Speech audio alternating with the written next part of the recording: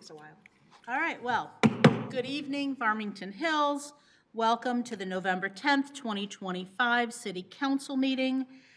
We begin this meeting with the Pledge of Allegiance, and in honor of Veterans Day, Julie and Barry McCowan, who are veterans of the Army, if I recall correctly, are going to be leading us in the Pledge of Allegiance.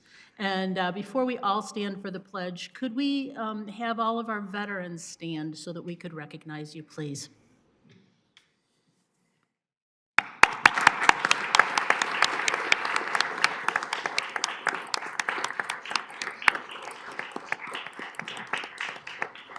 Thank you.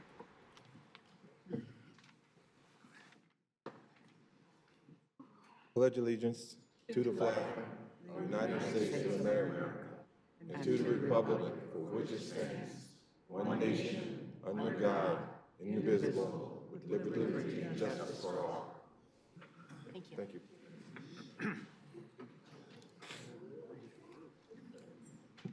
Roll call, please.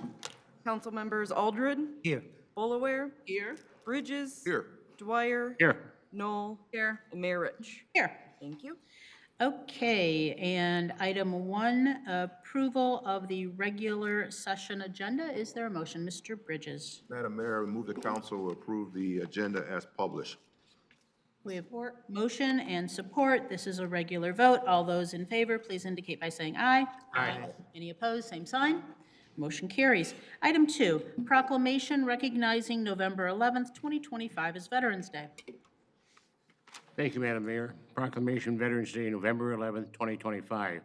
Whereas throughout the course of history, courageous men and women have taken up arms to secure, defend, and maintain the core principles upon which our nation freedoms depend on.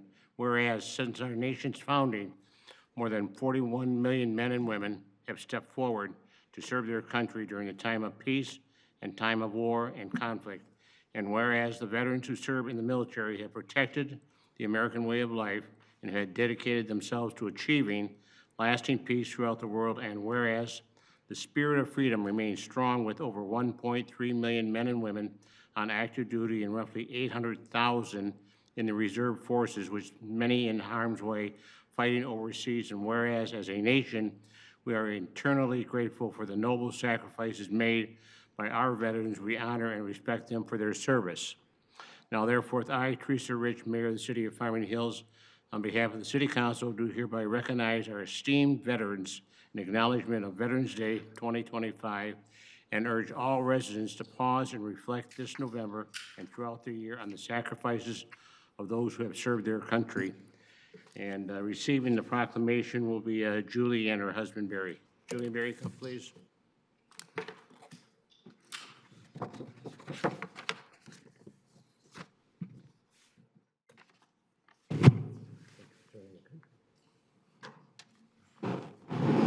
Do you want to say anything?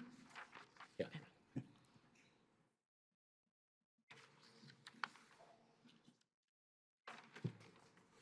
Good evening, ladies and gentlemen, City Council, Mayor, esteemed guests, and fellow service members. We stand before you tonight deeply honored and humbled to accept this proclamation as of our service in Army, National Guard, and Army Reserves. It's with immense gratitude that we, Barry McCowan, and myself, Julie McCowan, share this moment with you all.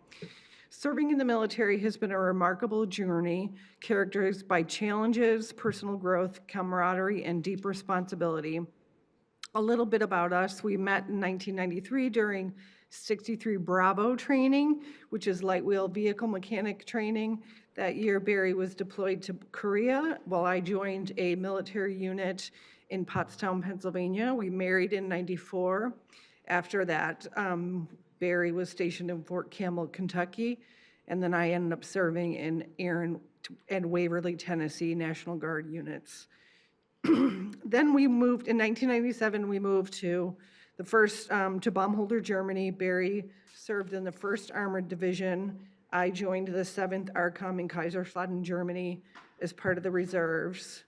And then we had 2 daughters while we were in Germany. And when our oldest daughter was only 3 weeks old, Barry was deployed to Bosnia. and was there for the peacekeeping mission.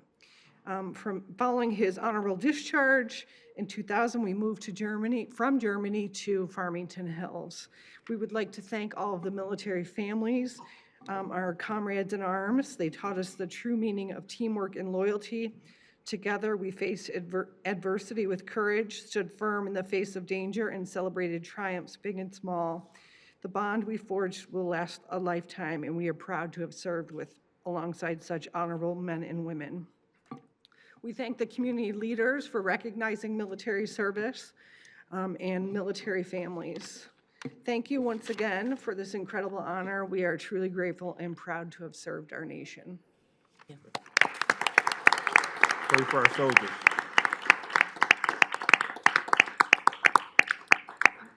To acknowledge that Ms. McCowan also serves on our Commission on Aging. So thank you for your continued service to your community.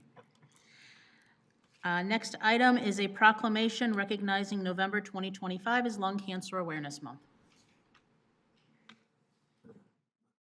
Thank you, Mayor.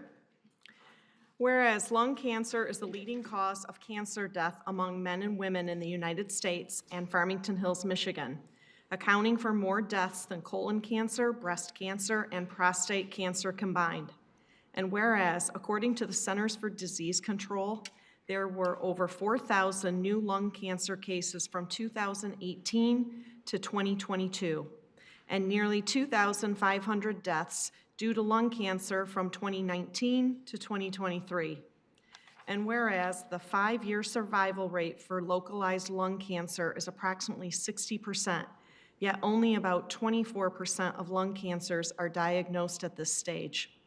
And whereas lung cancer research is leading to breakthroughs in the identification of genetic alterations associated with lung cancer and in the development of lung cancer treatments, including immunotherapies and targeted therapies. And whereas organizations working in Farmington Hills, such as the American Lung Cancer Screening Initiative and the Women's Lung Cancer Forum, are committed to educating about lung cancer and lung cancer screening and working to increase lung cancer screening rates in Farmington Hills.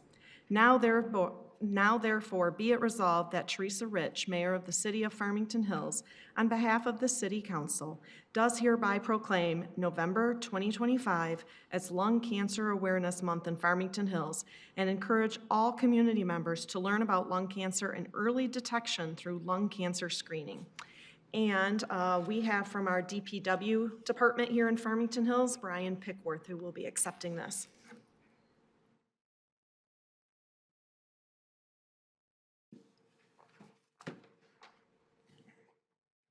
With us.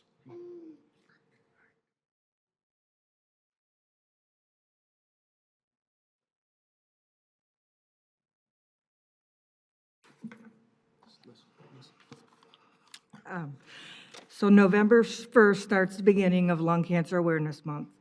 Lung cancer is still the #1 killer, not just in the USA, but worldwide. More than 226,000 people of all ages, genders, nationalities get this every year, and that's just in the United States. 125,000 of them will die. All it takes to get lung cancer is lungs, nothing else, just lungs. Those who know me know I have been a lung cancer survivor for almost 13 years. I was diagnosed at age 43 with stage 4 adenocarcinoma lung cancer. I just happen to have a rare type of lung cancer that is only found in 2% of the population. I have had chemo, radiation, more chemo. I've also done a clinical trial that targets my rare mutation, which is now an approved treatment in lung cancer today. I have been stable, been on treatments for years, and also off treatment for years. I cannot even count how many CT scans, MRI scans, PET scans I have done over the 13 years, how much blood they have taken from me and given back, how many new conditions I have gotten because of the consequences of lung cancer and its treatments. As the years go on, you can imagine the questions I get asked or told. Some things like, are you sure they got it right? You don't look sick. Is all this treatment worth it? Did you smoke? Or just a, I'm so sorry look. There are more, but you get the gist. It seems the longer you live, the more it is questioned, but I get that. The statistics are not in my favor. My answers are always, yes, they did get it right. What does sick look like? Yes, as long as my quality of life is good, it'll always be worth it. As for the smoking, I will say again, if you have lungs, you can get lung cancer. We must stop the stigma of lung cancer in order for research to move forward. Radon, pollution, air quality, work environment all play roles in lung cancer. I am telling my story today so you understand the reason I say this, because it's all about educating, advocating, hope, and helping spread the word about lung cancer. It's about why research is so important to me and every cancer patient I've met along the way. Without research, my next treatment might not be available when I need it.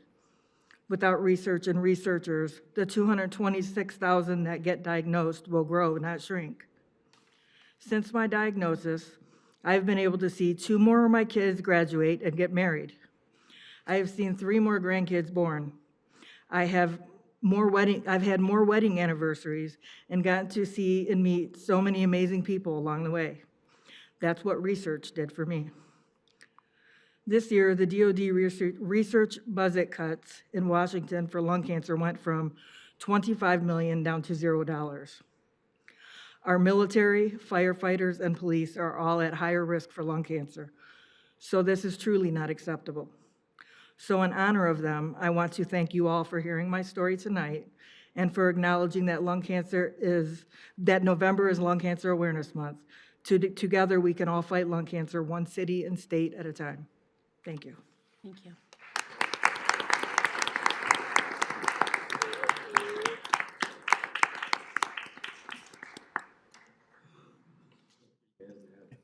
Thanks, Brian. Do you want to do a photo with council? Sure. Okay. Yeah, come on up. Here, you can, oh. Signed.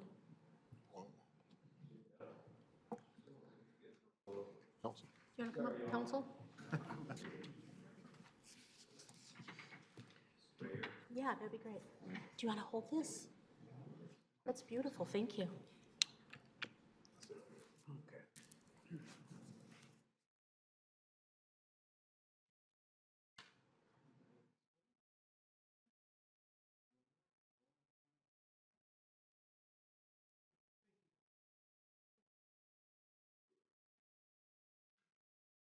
Thank you for sharing the story. And we'll put this somewhere in City Hall. Thank you. It's lovely. We'll take it, we'll pass it along so everyone can see it. That's beautiful. Thank you so much.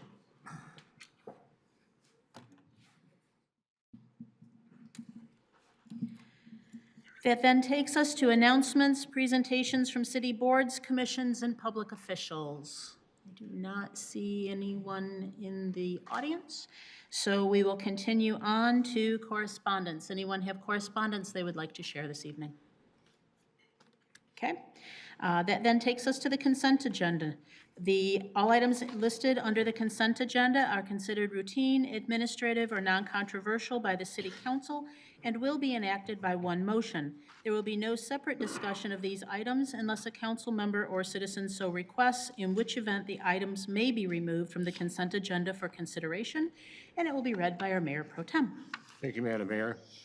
Number 12, recommended approval of an award of a proposal for occupational health services, including drugs and alcohol testing, to Wells Street Urgent Care of Michigan, PCDBA, Cornwell Health Urgent Care, for a one-year term with the approval extension, CMR 11-25-165.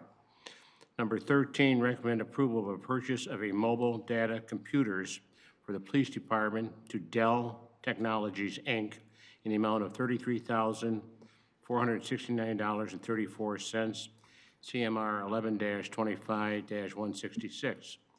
Number 14, recommend approval and award for as-needed data network cabling for city buildings to Amcom Incorporated in the estimated amount of $25,000 for a one-year term with extensions, CMR 11-25-167. Number 15, recommended approval of purchase of a replacement vehicle for the Department of Communications and Community Engagement to LaFontaine Chrysler Jeep of Lansing in the amount of $40,496, CMR 11-25168. Number 16, recommended approval of City Council study session minutes of October 27, 2025. Number 17, recommended approval of City Council regular session minutes of October 27, 2025. And that concludes the consent agenda items. Thank you. Is there a motion? Make a motion to approve the consent agenda items 12 through 17 as read by our Mayor Pro Tem. Support.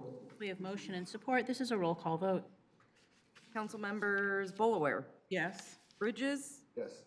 Dwyer, Yes. Knoll, Yes. Aldred, Yes. and Mayor Rich. Yes. Thank you. All righty. This then takes us to council member comments and announcements. Anyone? Mr. Aldred. Thank you, Madam Mayor. I'd just like to pick up on a comment from a resident at the end of our last meeting and during public comment. There's a comment that having public comment right at the very end of the meeting, especially like a very long meeting like we're going to have tonight, makes it hard for sometimes people to staying to the end. It's not always very conducive to residents bringing their comments to us. So I'd like to suggest we do what some other neighboring communities do, which is have a limited amount of time at the beginning of the meeting, nearer the beginning of the meeting, say 20, 30 minutes for public comment, and then if there's additional public comment, to put that at the end. I know that's Livonia, for example, does that, and I think other communities as well. So it's just something I think maybe perhaps we could come back to and discuss at some point in the near future. Okay, thank you. Anything else? No. Ms. Knoll? Oh, I'm sorry. I thought you had your hand up. Mr. Bridges? No? No, I would just like to congratulate Mayor Rich for her reelection, Councilperson Valerie Knowles for her reelection, Councilperson Michael Bridges for his reelection, and our new councilperson Charles Stackman. I think he's out in the audience. If you stand, Charles, and say welcome aboard. Thank you. And I have comments along a similar note. Thank you very much to the community for reelecting me, as well as my two council colleagues and Mr. Starkman. I'm looking forward to continuing to serve. There has been a little conversation in social media about campaign finance matters, and specifically the fundraising I did during this election cycle. So let me just put a couple things out there. So yes, I raised in the neighborhood of $140,000 for this last election season. And it was raised by about 500 individual contributors. The maximum contribution that a person can give is $1,225. So a person giving a maximum contribution basically contributes less than 1% of what I raised. There was money that was raised by, as you heard, over 500 people. About a third of them live in Farmington Hills. Overall, about a half live or work or worship in our city. 94% of my donors came from within the state of Michigan, and the people that donated outside of the state of Michigan, for the most part, are people I went to school with, my husband went to school with, our relatives, or our mayors in other cities around the country. Some of the chatter that I saw on social media included that the money I received from developers includes some developers who are coming forward this evening to have projects approved. And so I had a conversation with the city attorney about this, and I believe, particularly given the lack of materiality of the amount contributed by these developers, that I am able to impartially consider and vote upon these developments. And so people are allowed free speech. And according to the Supreme Court, that includes campaign contributions. And so I am, everything that I received in campaign contributions are public record. They are on the Oakland County website. If you look for my campaign committee, the easiest way to search is under Teresa. As a last name, it's under Orlasky Rich as opposed to Rich. That's my legal name, and the county requires me to use that name for the finance reports. So wasn't trying to hide anything. Everything is in the open, and so I'm just making everyone aware of that this evening before we begin hearing the substantive matters about to come before us. And then finally, at the last meeting, I mentioned a task force that I was forming in regard to the food insecurity that we are continuing to see and that is continuing to grow within our community. So this Feeding Farmington Hills Task Force met for the first time a week ago Tuesday, 2 weeks ago Tuesday now.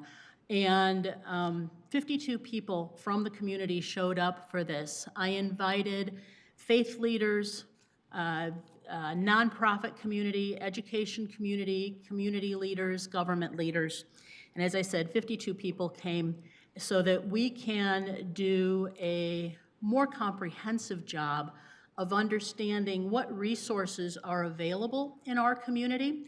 And so you will see that our city website now has a greater and more comprehensive list of resources available for anyone in need, as well as we have so many people who want to help.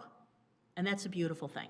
So if you are looking for a way to contribute, whether it is time, talent, or treasure, that is also available information on the city website, and we're partnering with the library as well, and that information is available on the library website too.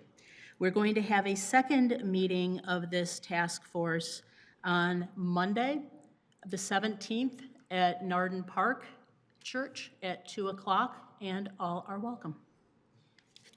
That then takes us to the city manager update. Thank you very much, Madam Mayor. Just wanted to let the public know, of course, the weather today isn't very conducive for it, but our last week for yard waste pickup will be on your regularly scheduled day, the week of December 8th through December 12th. I encourage folks that are confused about our yard waste pickup standards, perhaps refresh their memory on the city's website. As mentioned, tomorrow is Veterans Day. I'd like to thank all of our veterans for their service and their commitment to this country. And lastly, with the election last week, Councilman Bruce lost his election efforts for the mayor. Congratulate the mayor and congratulate all the council folks for a successful campaign that was run. But I also wanted to thank Councilman Bruce for all of his years of service here at the city of Farmington Hills, not just on city council, but on planning commission as well. And so Randy, if you're watching, and if you're not, I understand, get your Monday nights back, but thank you very much for your service. Appreciate it very much. Thank you, Mayor. Thank Make you. a comment too as well. Sure. Thank you. I also wanted to thank Councilmember Bruce for serving on city council for almost 20 years. In 2003, I think it was, he served on council. And also was a ZBA member for many years, ZBA. chairman as well. And I want to thank him for his service to the community of Farmington Hills. And like the city manager stated, he have his Mondays back now. So, but we want to thank you, Councilman Bruce, for your service to Farmington Hills. Thank you. Okay, thank you. This then takes us to item 4, public hearing and consideration of cluster site plan 54-4-2025, Forest at Riverwalk, south side of Folsom Road between Parker Avenue and Lundy Drive, CMR 11-25-158. And so in terms of process, how this goes, we will get a presentation, and as this is a public hearing, we'll allow council questions, then the public hearing, and then council will come back and deliberate. So, good evening. Good evening. Charmaine Kettler-Schmaltz, Director of Planning Community Development, to intro the item. We've got before you this evening the project called Forest at Riverwalk. It is located off of Folsom Road. We've got the zoning showed up on the screen and an aerial of the property site. The proposal is for 33 single-family homes within a cluster site plan development. This has been reviewed before the Planning Commission and recommended to City Council as the plan is presented. We've got Giffords Webster to give a more detailed review of the request, and then we also have the applicant in the audience to present and give any answers to questions the council might have before the public hearing, which is scheduled for tonight. I'm going to turn it over to Joe Tangari from Giffords Webster to give you a little bit more detailed information on the project. Thank you, Charmaine. Yes, so we're looking at 16.3 acres. 2.47 acres of that is right-of-way, so that leaves a net 13.8 acres that we're looking at here. As Charmaine noted, they are proposing 33 clustered units on this property, which is all or parts of 16 different parcels. The, excuse me. The Planning Commission qualified this for a cluster. There are two options for qualification. One is lower density and one is higher density. They qualified it at the lower density number. That would permit about 42 units. They're proposing 33.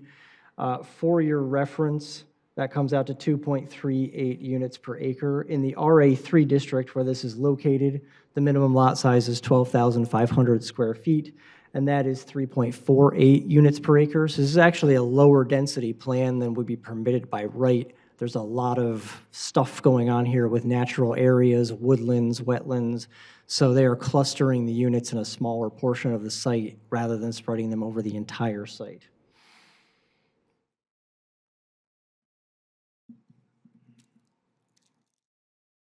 Moving through the review, we find that each of the units that is proposed here is capable of generally meeting the setback requirements of the district. They do have a slight reduction in the front and side setbacks for each of these units, from 30 to 25 on the front and from 8 to 5 on the sides.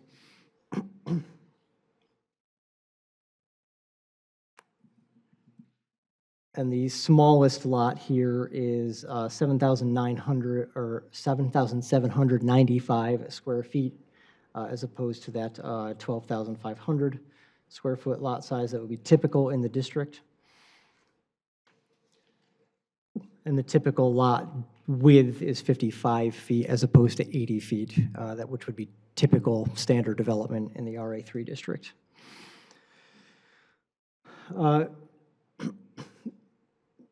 We did note that they have some numbers to update on their tree removal plan. And finally, the landscaping transition buffer around the edge of the site does have to be approved by the Planning Commission. The Planning Commission did take a look at that and did find that it met the spirit of the buffering requirement. And if you have any questions for me, I'm happy to answer them.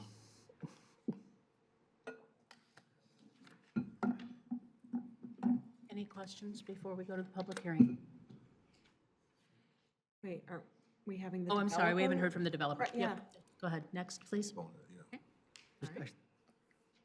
Madam Mayor, just one. Yeah. Madam Mayor, just a question for, actually, Joe. Can I have a question for Giffords Webster? John has a question for you. Just on that, thank you, Joe. So, on that chart you just showed there with the wetlands, I think there's a description of hydric soils in that area. It's a bit hard to tell from that diagram, but it's right where the road is going to come out. I wonder if you could just comment on the difference between the hydric soils and wetlands in that side lot to Parker. Just describe what the nature of that land is. Sure. So a wetland is actual land where there isn't always water on the surface necessarily, but water will be on the surface at times. Hydric soils is underground. There's not really a restriction on developing in hydric soils, although there are some engineering challenges to it sometimes, depending on how much saturation of the soil there is. Okay. To do any work in a wetland, if the wetland is a regulated wetland under state law, you do need an Eagle permit. They have obtained that Eagle permit. Okay, thank you. All right. And we'll hear from the proponent. No, I've got my notes. That's good. Thank you. Good evening, Mayor and Council. Appreciate the opportunity to bring this to you. George Major, and my name is Stuart Michelson, and I just wanted to give you a little background. First of all, we have developed many communities in Farmington Hills very successfully, and we've dealt with your staff and everybody before. We purchased, in August of 2023, we purchased the Forest Riverwalk property, which is a collection of 16 separate smaller parcels. Our goal was to create a small residential community like the other communities we have developed in the area while preserving much of the wetlands and avoiding any negative impact on the river that's there. We could have gone straight through to Colfax, cross the river. We decided to go to Parker with the road, the second access. So in order to do this, we had to request the cluster zoning, which gives us the reduced size lots, and that way we didn't have to go into the wetlands more and into the river, cross the river with a road. So in October of '23, we applied to the Planning Commission to receive this determination and for the development of the cluster. At a Planning Commission meeting on November 16th, 2023, the Planning Commission determined that the proposed development qualified for the cluster zoning. On January 18th, 2024, Riverwalk applied to the Planning Commission for another determination. The reason for the second one was the first one that they approved wasn't a public hearing, and it needed to be a public hearing. So the second one was a public hearing, and again, we were approved.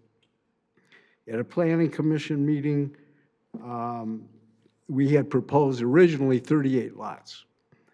And so after the Planning Commission again determined that the proposed development qualified for cluster zoning, the number of lots was less than the 41 originally allowed in the cluster zoning section of the zoning ordinance.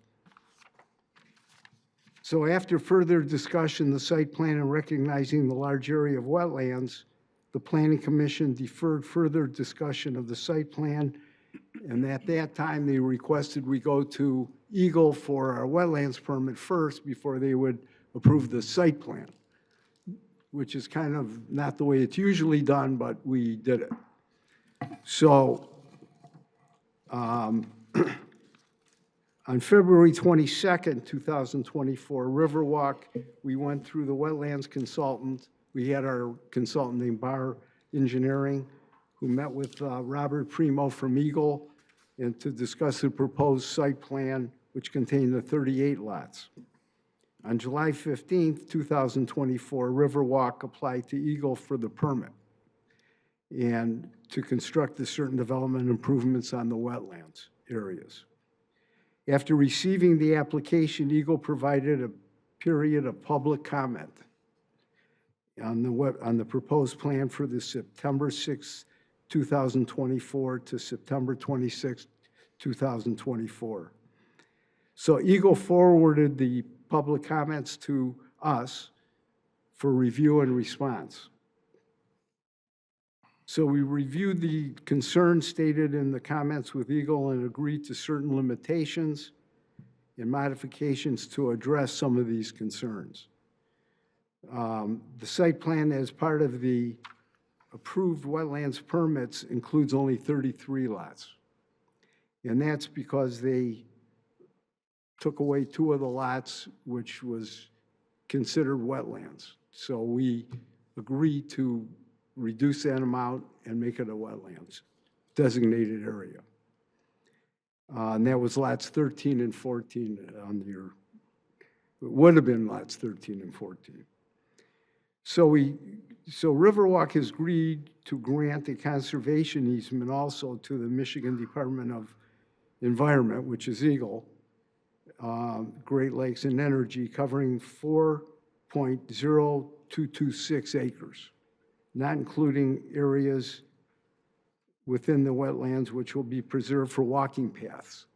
And that's that area behind, on the right side of the site plan. So we have almost 40, we also have almost 40% of the land is open space. 15% is required, so we're way over that amount. One of the requirements that Eagle had was we needed to hire a herpetologist so that they, because assuming there's critters running around, we would have them remove the critters, relocate them.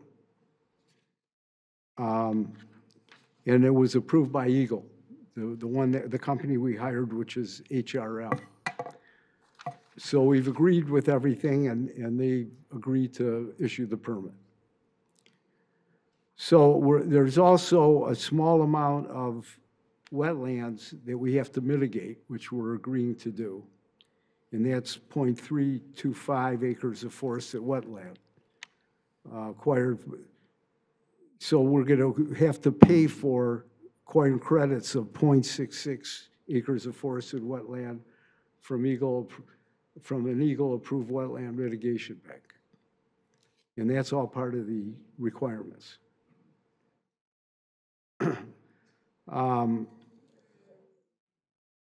We could get into more, but if you have any questions, we could maybe wait and listen to whatever questions you may have on, or listen, Mr. Bridges? And by the way, I also want to mention, we brought our engineer to explain the drainage system, how that's going to work, because we're very careful to be sure that all of our sites, and we've always done this, are self-contained, so that any drainage on our land goes into our detention and out to the storm and outlets. So it doesn't interrupt with any neighbors. That's very important. Thank you. I just wanted to comment on, thank you for your presentation. I wanted just to ask the planning consultant that they take a look at the proposal in regards to the drainage issue, and maybe the Public Works Director can also talk about, will this project satisfy that situation, meaning make the situation worse or better in regards to the water and drainage issues that the residents have concerns about. You said that your project will actually not add to the problem. Is that correct? That's correct. And I actually have Evan Priest, he's a registered engineer, and he can speak to the system better than I could. All right, appreciate that. I think that's an important point regarding Very important. residents' concern. It came up at the Planning Commission meeting also. Thank you. And we addressed it there. All right, thank you. Which is, of course, a legitimate question to come up in any kind of development like this. We're going to create more impervious area here, obviously, by building roads and homes. We have to take care of it. We have to contain it on site. We're going to run a storm sewer lines up the east property line and up the west property line, the entire way where you see those lots backing up to the adjacent properties. There will be a catch basin every other lot line. Those catch basins will be set well below the grade at the property line. So we intend to intercept all the runoff coming onto the development piece from outside, in addition to preventing the runoff from going off of the property where it otherwise would.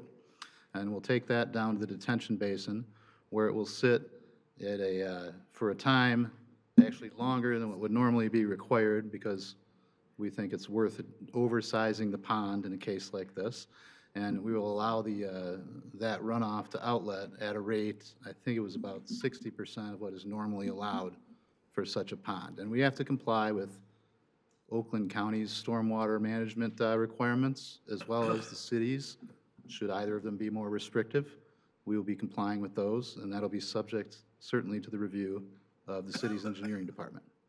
Thank you. So you're setting aside, at your proposal, that the requirement is 15% for open space. You're setting aside 40%, approximately? Over 40%. And there was another question in regards to the public access road that will be installed there. How close would that road be to the neighboring house? Well, if you look at it, there is one home on that road that was built right at the property line. Okay.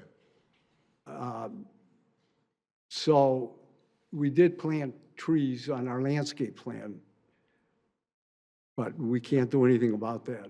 The house was built many years ago. So that won't be anything you can do in regards to how close would it be to the home? How close would it be to that home, the road Probably itself? about 12 feet? It's 15 feet, 20 feet? Yeah. The road itself is about 20 feet, Yes. and the house is located within a foot of the actual property line, their property line. Their property line. So we do have a difference about 20 feet to the road, and we have some trees that are planted in there. Frankly, we could add an arborvitae screen or something like that if that would help. Could you speak into the microphone, please? We can't hear you. I'm sorry. It's about 20 feet from the actual road itself to the house, which is about a foot from its own property line and ours.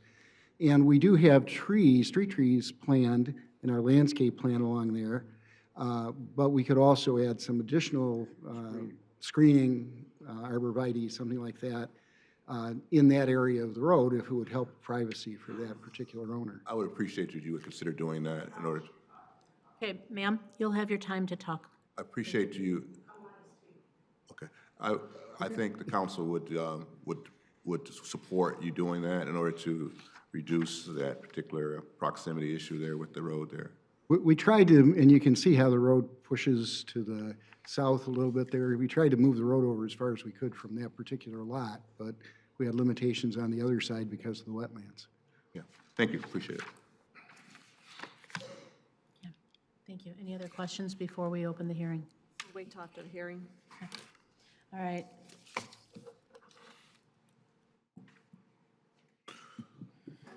So I have a stack of cards. Anybody who wishes to speak on this particular item, please do. Submit a blue card, indicate that you want to talk about agenda item 4, and give it to the clerk. I'm going to read these off in the order in which they were handed to me.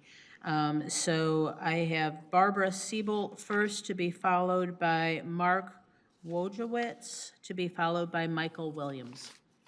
And if you could come to the microphone, please. And I see a lot of new people to our meeting, so just in terms of the protocol, every person coming to the hearing has 3 minutes to speak. You'll see we have a timer set. We do not interrupt the speaker, and this is not a dialogue back and forth. This is the opportunity for the speaker to say whatever it is they want to say during their 3 minutes. So, thank you, Ms. Before you start the clock, I want their time. So, Ms. Siebel, you have 3 minutes. Okay, I'm going to start off by, my name is Barbara. My husband just died a couple of months ago. He was a veteran of the Air Force. We've been married for 61 years, and we've lived in our home that nobody seems to care about for 57 years. And that's where they're planning on putting the road, even closer than what I dreamt, 20 feet. My bedroom is right there. All 3 of my bedrooms in my home are going to be right next to that road. It's going to be an impact that's just going to be horrific, absolutely horrific to deal with. The sounds, the fear, especially with the loss of my husband. I now live alone, so it's going to be terrifying to me, let alone if he was still alive, it would be still. I understand nobody wants to talk about animals here, so I'm not going to talk too much, except what the hell's wrong with you that you don't like animals, for gosh sakes? We feed them if we can. We've tried to take care of them. We're careful that they don't get hurt. Give me a break. We have 5 sump pumps in our home right now. We had to have an engineer's septic field put in, I don't know how many years ago, maybe a dozen, maybe 15. If I sound angry, I am, because this is the love of my life. My husband did everything in that house, and everything in there reminds me of him. How dare they build something 20 feet from my house? 20 feet! And they're complaining because some of it was on their property.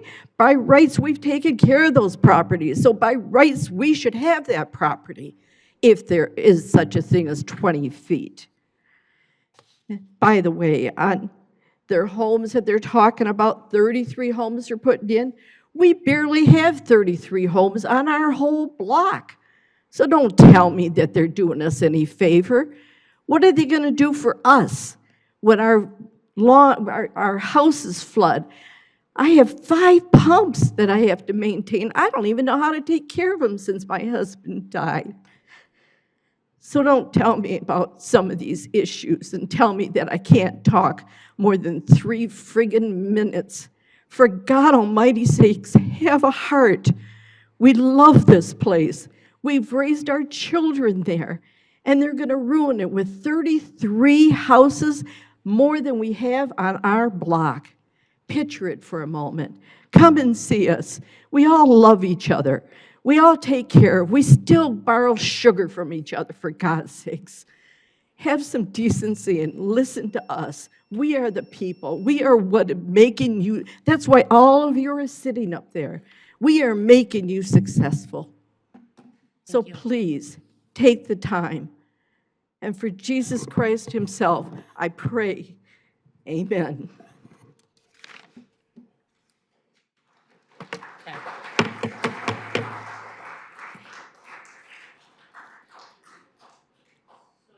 And there's a lot of emotion in the room and a lot of strong feelings in the room. Our condolences to you, Ms. Siebold, as was shared when we came to your home. So as a protocol matter, we do not applaud, we do not talk during public comment. We're respectful of each other. So if we could observe that, please, that would be wonderful. Okay, Mark Woderwitz, to be followed by Michael Williams, and then Margaret Cara.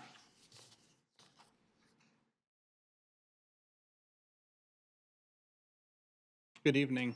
I'm Mark Boydovich. I'm a resident on Robinson Street. It's 1 block south of Colfax. So this development may not affect me directly because my home does not neighbor it, but I am a resident of the neighborhood, have been for about 20 years. The main reason that we like this neighborhood is because of all the green space, all of the nature. The lot that I'm on is on 2 of the 4 sides, open space. There's a stream that runs through those 2 lots. Across the street, that was a lot that was designated as wetlands. About 5 years ago, the owner tried to build on it. They were restricted because it was wetlands, but somehow managed to build on it anyways. We ran into a problem a few months later where our basement had been dry, but then once that got built, we had problems where the sump pump was running every 15 to 20 minutes, where it had never run before. Not a huge deal, but it's something to be aware of when development is done. There are changes, and that's something that people will have to adapt to if the development does go in. Personally, I'm opposed to the development, mainly because of the loss of green space in the neighborhood. That's all I have to say. Thank you. Michael Williams, to be followed by Margaret Kaza, to be followed by Tom Progar.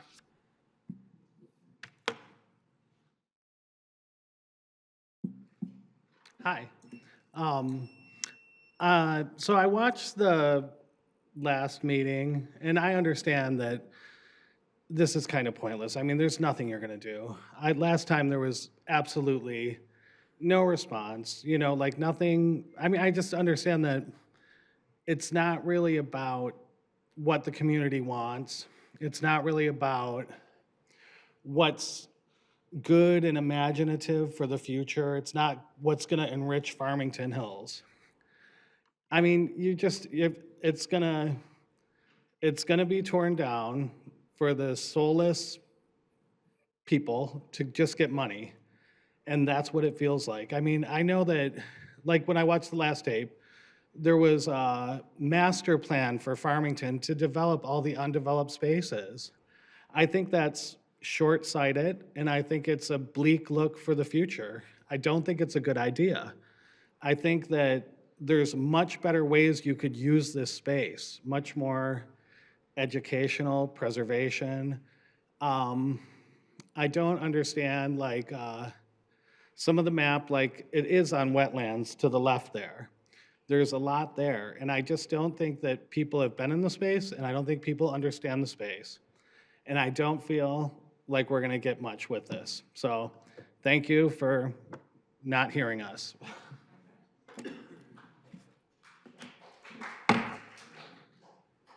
Thank you. Margaret Kaza, to be followed by Tom Progar.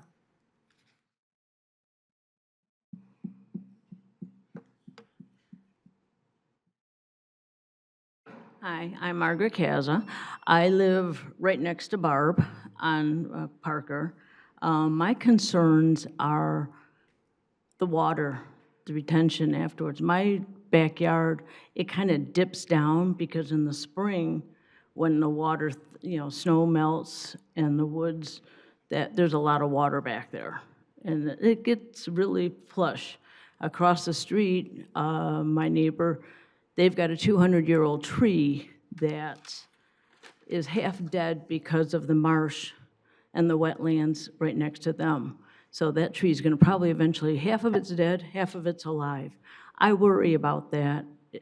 Where's this water going to go? If it's killing a tree that's 200 years old because of the root system, what's it going to do to our backyards?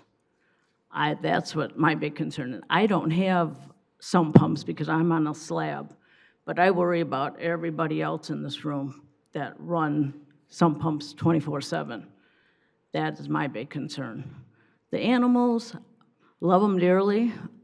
If they're going to relocate, I don't know how they relocate reptiles because they don't, according to history, do not move easily. But, and just being so close to Barb's driveway or her bedrooms, that worries me. But that's all I have to say. Thank you. Thank you. Tom Progar, to be followed by Michelle Gala.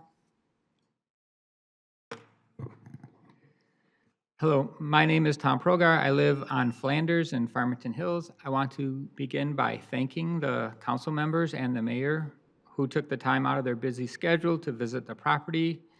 I would like to mention that most of you viewed the site from Parker Street, but I would like to point out that residents on Lundy, most of them have smaller backyards, so the impact on those homes would be even more intrusive. I sincerely hope this development is voted down entirely, but among the city council members who toured the site, there seemed to be agreement that a roadway should not be directed out onto Parker. Please don't pull the rug out from under us on this issue, and please force changes to the existing plans. I recently received emails from council members who were not aware this project was even being voted on tonight's agenda a few days ago. This was surprising to me as this development would negatively affect the quality of life of hundreds of residents. Here are some core concerns. The proposed development are two-story homes on smaller lots, while most homes in the neighborhood are one-story on larger lots. New developments are supposed to fit the character of the current neighborhood. This proposal does not do that. Secondly, the project requires cutting down 600 trees. Farmington Hills is already 99% developed. Our last remaining trees are priceless. The site contains wetlands and wildlife habitat that residents value deeply and do not want bulldozed. Plus, there are just so many more locations for development or redevelopment in the city. The developer, Stuart Michelson, has made a large donation to the newly re-elected mayor's campaign. Based on public records, Stuart Michelson lives in Birmingham. Why would a Birmingham resident make a large donation in Farmington Hills election?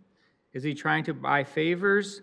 I hope he addresses his reasoning. You can vote this down tonight. You have precedent. The City Council recently voted down the development at 13 Mile and Middle Belt for similar reasons. People moved to Farmington Hills because of the rural character, open spaces, wooded lots, and we want to keep this as well. With a little imagination, this council can preserve this land as a nature trail for future generations to enjoy. Preservation grants are available. This property has been proposed development multiple times over the past 20 years, and each time it was denied. We ask you to deny this project once again. Thank you. Thank you. Michelle Gala, followed by George Wright.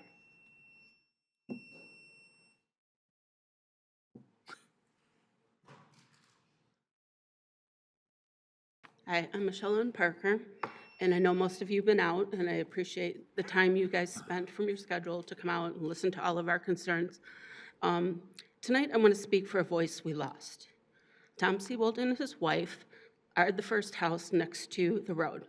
Sadly, Tom passed away unexpectedly a few months ago. I'd like to read a couple of things he said at the last meeting before his passing. My name is Tom Siebold. I'm on Parker Street, right where the road comes out. I am the first house where the lowest part of Parker Street. That's why we have a creek that runs through there. It's a watershed. Water washed out the road where the stream runs through because there's not enough drainage to take the water from the marsh to the street to the development. The water goes over the street and floods everybody. I have several sump pumps. I use a battery-driven converter around my pumps when we lose power. My bedroom window will be 15 feet from the road. Even at 15 feet, at my age, I can throw a rock, a baseball, or anything 15 feet is not a long way. I can see for 15 feet. This is going to be a little disruptive. Now, I checked this morning, and I measured it. Her house is actually 10 feet from the property line, not 20 feet or anything. And to give you an example of 10 feet, a Ford Escape is 15 feet long. So just so you have it in your mentally how far 10 and 15 feet. He went on to say that we asked the city years ago to put in a couple stop signs on Parker Street to slow the traffic down because there are no stop signs from Parker Street to Folsom all the way to 8 Mile. So we have kind of a racetrack. The city couldn't accommodate us at that time. He then went around talking about the history in the rural feel. Now, some of you experienced the speeding down our street firsthand, because I know the mayor almost got hit. So I'd like to say to the Planning Commission that we should have a traffic study, is what he suggested at the time. I haven't seen the traffic study. I don't know if you guys have a traffic study, because we're concerned about the 60 cars. Parker is a very narrow road with the width of what's the width of this new street? You know, they haven't told us there's 20 to 28. I've seen ranges, some cities require even wider streets. Also, the tree study he's using, we've noted several times at the last meeting, then even the chair shouted out that, oh, it's a new tree study. Well, some of you saw the tags on trees that were dead that are back there. We have pictures of the tree tags that are grown into the bark. So it's not an accurate study of what is being cut down and what is there. And lastly, we all do have a problem with him making these donations to people who are running for election. It's not fair to us. We deserve better, you know? And like I've told you guys, all that have been out, and you've heard from every single one of us, it's a water issue. It's a water issue now that the marsh comes over. He's saying we're self-contained. That doesn't help us. Thank you. George Wright to be followed by, oops, Joseph Tomzak. Good evening. Thank you. In regard to Lundy Woods, the building proposal, we would like to make the following 4 points. And I use the word "we," it includes my wife. She'd be here if she could. She's unable to be here this evening. As many comments at previous public meetings have shown, we and many others that we know on Lundy and nearby streets would prefer to see Lundy Woods preserved in its natural state. This land contains wildlife, wetlands, trails, and mature oak, maple, and beech trees, much like Heritage Park. The second point, in the early 1980s, the city worked thoughtfully and creatively under the leadership of Bill Kostick, city manager, and Doug Gaynor, director of Parks and Rec, now Special Services, to apply for grants, work with the state of Michigan, the Spicer family, and raise the funds necessary to save 211 acres at Heritage Park, a precious treasure in this city. Let that sink in. The third point. Today, the city has the opportunity to protect another unique landscape for present and future generations. Lundy Woods is the last large parcel of its kind remaining in this city, especially in the area south of M5. And the last point, we hope that every funding mechanism available is explored for potential use to bring the owner and the city together to creatively find the means necessary to buy and maintain this uniquely wooded land for present and future generations. Other projects in the hills to save open and wooded land were successful because the city was able to work with the parties involved to help make Farmington Hills what it is today. Examples are, in addition to Heritage Park, the city golf course, Founder Sports Park, and Woodland Hills Nature Park. Every one of them took creative work on the part of the city council, the citizens, the people who owned the land, everybody working together to save these parcels. We hope that efforts can be made to include Lundy Woods in this list of treasures in Farmington Hills. Thank you. Thank you, sir. Joseph Tomzak to be followed by Kimberly Corona.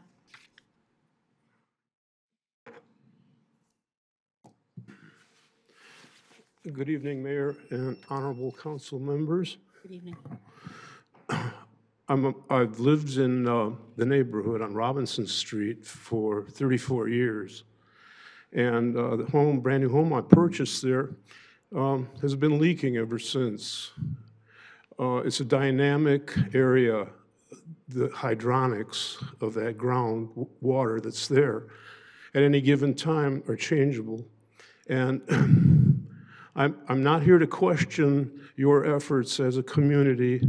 I know some of the folks on your staff in the building, planning, engineering, and I've worked with some of them during my tenure at the city of Southfield. And so basically, what I'm cautioning you on, I'm not trying to do your job. I'm suggesting that you have third-party inspections and that you sharpen up your pencils on this drainage plan. And I think that in the density as well, you have a small cluster group to the east. and it's a no outlet street. So what I'm trying to say is adjacent communities have been, there's been sizable lawsuits performed to the city, suing the city, the homeowners suing the contractor, the contractor suing the city because they approved it and it failed, and the whole subdivision had to be removed. And there are at least 2 of these situations and more. And so I'm suggesting, I mean, it's hard to stop someone from gainful employment and development. However, in this case, it's a large piece of property.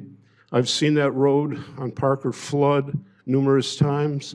Many people have water issues. You've got to do, it has to really have a more definitive plan, make sure that it's correct and it meets with all the requirements of the state of Michigan, and it satisfies your staff in engineering and water department. And that's what I'm suggesting. The density, it's not in character with the surrounding community. As you know, there's single-family homes.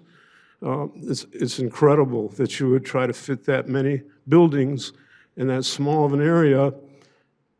I don't know how police and fire can get in there with the width of the street. It's at a minimal parking, et cetera. So I suggest that before you approve something like this, that you make sure you've gone through everything. And last but not least, a community study. Thank you. A lot of people are passionate about this. If we could just investigate it further with a community study. Thank you. Kimberly Corona to be followed by Steve Hall. Good evening. Good evening. My name is Kimberly Corona. I live on Flanders Street in Farmington Hills. Good evening, Mayor Rich and Farmington Hills City Council members. Thank you for the service that you do for the city of Farmington Hills. I really enjoy living in this community. I love the rural feel. I appreciate our beautiful Heritage Park, and I thank you for all the work that you do to make this a beautiful place to live. I'm here this evening because I am sincerely concerned about the proposed project on Folsom Road. This wooded area is home to 600 trees, wetlands, endangered species, and it is the natural habitat of many wildlife. I live close to the woods that have been clear-cut just east of Farmington Road and north of Colfax. I used to walk the trail in that back area, and me and my neighbors are devastated that this area has been cut down. It was a special natural place, and now it's gone. I don't want the residents near Folsom Road to have the same experience of the loss of the natural area near them, the way that my neighbors and I lost our natural space that was near us. I talked to a couple of the residents who have lived next to the wild space for decades, and they moved there because of its beauty. It is unfair to these residents to develop this area because it is right up against their backyard. This development will be devastating to these residents. I can imagine all the construction happening right behind their homes, and they have these new 2-story houses that will not match the aesthetic of the current neighborhood built beside their single-story homes. I previously addressed this council to express my opposition to the deer call and said that we have to coexist with deer, and one of the reasons that we see them more often is because their habitat is being destroyed. This is another example of natural space that will be cut down, pushing deer out of their homes and into residents' yards and into the roads. The natural area near me was also home to the deer, and now those deer are being pushed out as well. During the discussions about the deer, there were many arguments that were made about how the deer have to be killed because they are destroying our natural landscape. If this development is proved, we are decimating one of the last natural spaces as humans. How can we blame the deer for eating the natural land and then consider the complete destruction of the woods on Folsom Road?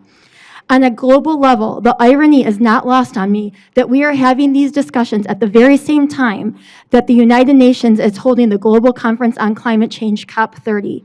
While the United States is not there, every community who's concerned about climate change which is one of the most pressing issues of our time, can take actions that either mitigate rapid climate change or accelerate it. Cutting down 600 trees will accelerate it. Our local community can work to protect these trees and take a local action at mitigating climate change. Please protect these woods for the current residents, for the ecosystem, to mitigate climate change, and for the wild animals. I strongly urge you to vote against this project, and please make it a preserved area that everyone can enjoy for its natural beauty. Thank you for your time and consideration. Steve Hall to be followed by Neil Krantz. Okay? Were you Mr. Hall? Okay. Neil Krantz to be followed by Tammy Trinka. Sorry?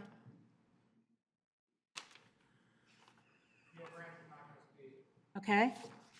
Tammy Trinka to be followed by Christine Tomlinson.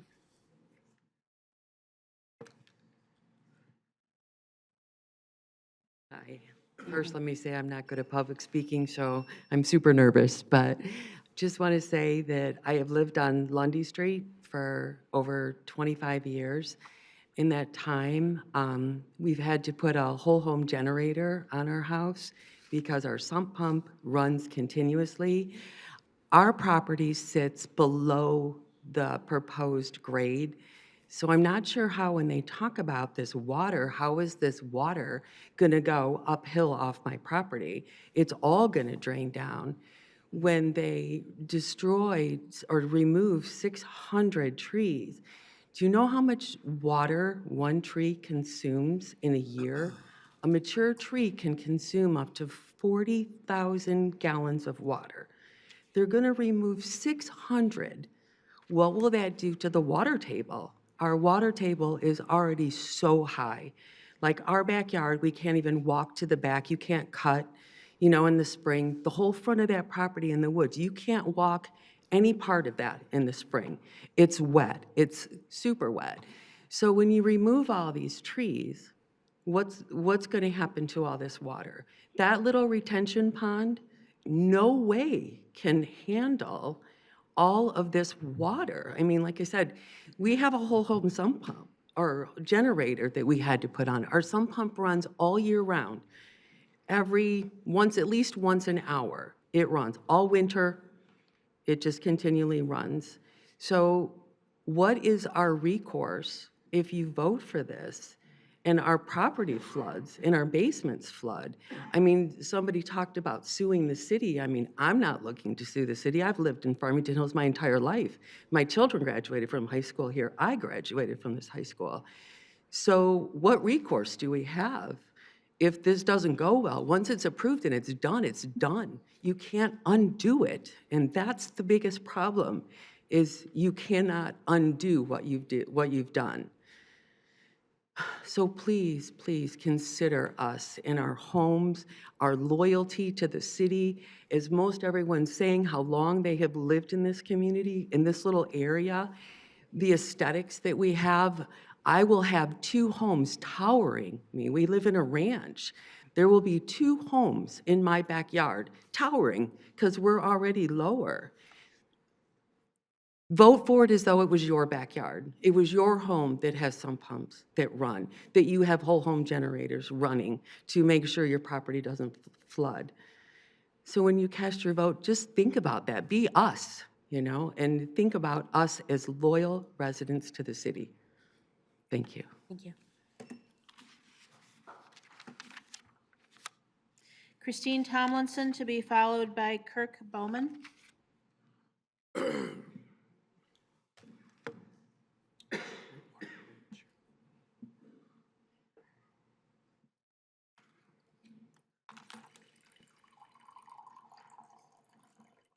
Hello. I just want to say, first of all, congratulations, Teresa, on your reelection.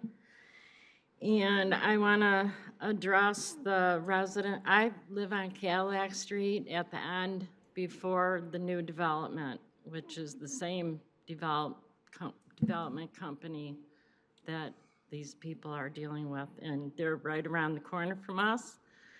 So I want to address those people as much as I want to address the city council. This company does not fulfill their promises.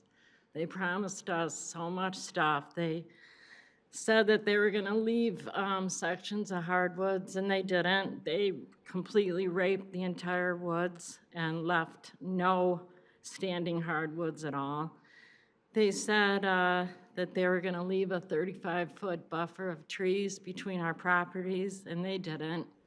In fact, we're lucky if we even got 10 feet. And then I fought with them on that for the next 2 years and fought with the city, and they finally agreed to plant more trees there, and a couple years later, they all died because nobody took care of them.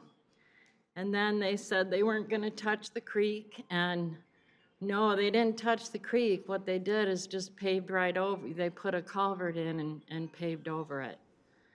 And they said that, they said, don't worry, because we had wetlands on our property too. And they said, don't worry about that. You know, we were putting in the drainage areas, so they put in 2 big drainage areas, and our property still floods. It floods every spring with our sump pump constantly going too, and there's been a couple of years where we can't even walk in our backyard until like the middle of June. So that water, like the former speaker said, the trees absorb the water into the trees all the way up to the top, and where all this water goes, you know, being replaced with all that concrete, I feel sorry for these people. And the same company built 33 homes next to us, and then they tore down the Flanders School and built another 33 homes there. And now they're doing 33 more homes. That's 99 homes, all within a half mile of each other. So this company just continues to take every last bit of land in our area within a half mile. And it's absolutely, I mean, it's devastating to us as residents. And also, I want to ask the city council, first of all, Farmington Hills doesn't have enough green space as it is, in my opinion. And thank you. Like the other speakers have said, this is the last big chunk left in the entire city. And I also want to know, thank you. Like, do you ever consider the tremendous stress on the electrical grid? Because our power is already going out. Nobody thinks about the electrical grid or the traffic. Thank you, Ms. Tomlinson. Tons and tons more traffic. It's going to be crazy. Kirk Bowman to be, thank you. Kirk Bowman to be followed by Audrey, I think, William? Hi, Kirk Bowman. I'm on Folsom, right at the edge of this. My wife can't be here. She'd want me to agree with the first few people who went, so ditto to them. I mostly wanted to come up here because after the last session, I was looking a little bit closer to the code that's used for this, and it looked like 34-3.17.4.b stipulates that the groups of 4 unattached buildings must be equal to 20 feet between the houses in RA-3 districts. I believe they got a thing to allow them to go within 5 feet of the property line, but that does not, as far as I understand, allow them to put the houses closer than 20 feet apart unless they're corner to corner. So they would be off like this. But everything I've seen has showed them at 10 feet apart.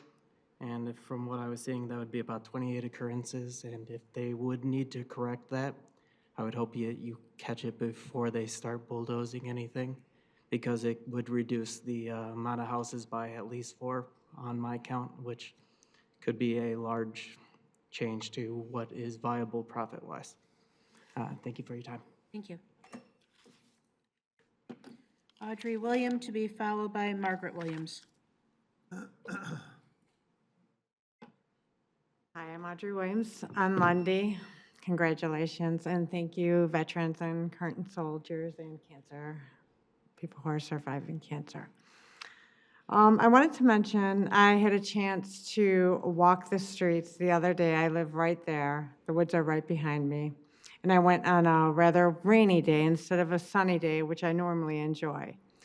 I watched the river up against this map. They had this picture, really. You cannot get anything from this picture of the beautiful land that it is on. The river was running and flowing heavily. This was 3 days ago when it rained. I followed the river. I went through the woods. The river ran, you really can't, there's no justice to this little picture up here. It ran strong and hard. And I just want to mention that besides everything everyone else mentioned, there's so much wildlife beauty. I please beg of you to pause your decision for a minute. I also want to mention for the builders, it will take, I'm sure, 2 days for mass destruction of you to take down all those trees and cash them in for whatever money you do get. 2-3 days at max. And the profit that you receive will be the air that we lose. The emptiness that you left there will not be regarded by the owner, nor the people, maybe some of yourselves, who are not familiar, but we will remember. We will be reminded for years. The destruction, the noise, the dust, the water, everything, and most of all, Mother Nature. You won't be able to change that. Thank you. Thank you. Margaret Williams, to be followed by Olivia Ludnick. Good evening. I want to talk about something a little different. I lived in the community for 54 years, 54 wonderful years in a beautiful community. The last meeting that I came to on September 18th, upon arriving here, Mr. Michael Stewart was talking with the council people, walking up and down, laughing, having a good time. And I just want to say about what we're here for tonight. There's a room full of people. There wasn't as many last time, but I think we're all passionate about this, and I wonder what we're doing here. I don't think the council members really, I'm not going to say you aren't the same people. But the people that were here last time, this was the remarks. If you look at the tape at the end of the council meeting, the last 10 minutes, you'll see that Mr. Stephen Simpson was advising the man that was here before we were, not to come up here and talk about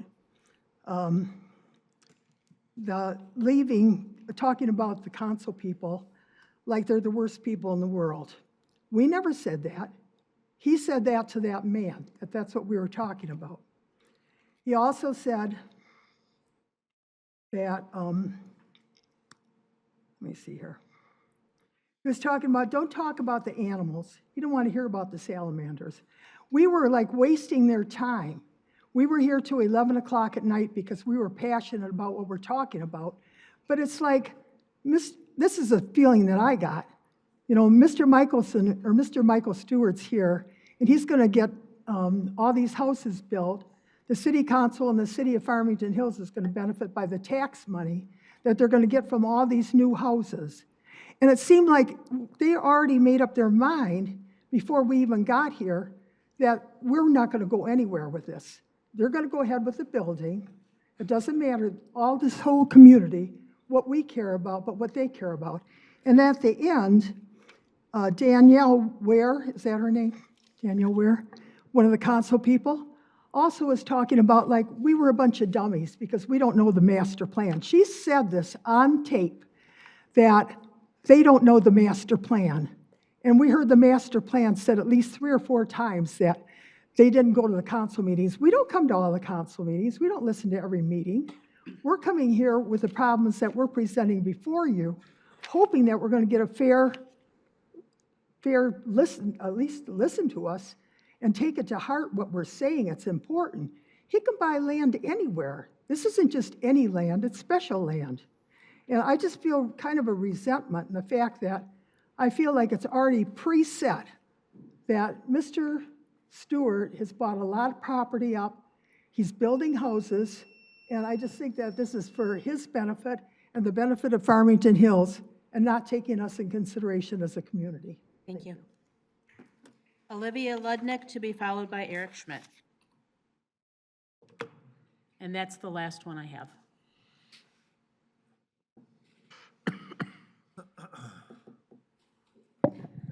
Good evening. My name is Olivia Ludwig. I'm one of the newer residents on Parker Street, having only lived there for 10 years. I am here with many longtime residents who border this proposed 32-home cluster development. We are asking you to deny this proposal because it is incompatible with the land, the neighborhood, and the city's own goals. First, the environmental concerns are serious and unavoidable. This land is heavily wooded wetlands that and many of us already struggle with water management.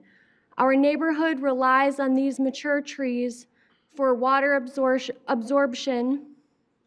We have multiple sump pumps running year-round just to keep our basements dry.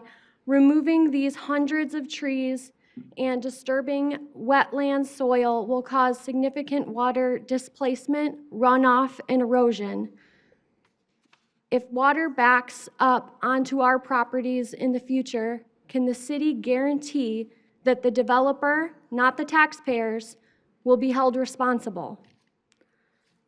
Not to mention protections for those potential future residents of those homes when they have water issues, which I'm sure everyone in our neighborhood can guarantee they're going to have water issues. Will those be disclosed to them when they buy their brand new home and it has issues with water? We do not trust this developer. As soon as their money is made, they will be long gone. His plan may have made it through the Planning Commission, but we still do not trust it. We also have protected and vulnerable wildlife species in this wetland. Relocating them is not realistic, and their habitat cannot be replaced. Second, there are major geological and infrastructure risks. This plan requires digging underneath the river, altering drainage patterns, and installing roads extremely close to existing homes. Has there been a traffic or infrastructure study to show how 33 additional homes will impact our already narrow roads and increased traffic? Without these studies, approval would be premature and unsafe. This proposal is not aligned with our character of the neighborhood. Our neighborhood is one of the few in Farmington Hills that has managed to maintain green space, nature, in a charming, peaceful atmosphere, and this development will destroy that. The cluster option is being stretched to maximize their profit and does not fit the surrounding community. Thank you. Thank you.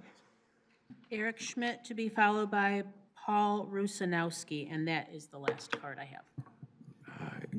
Good evening. Congratulations, Ms. Knoll, Mr. Bridges, Mayor Rich, Mr. Starkman on a well-run campaign and winning your elections.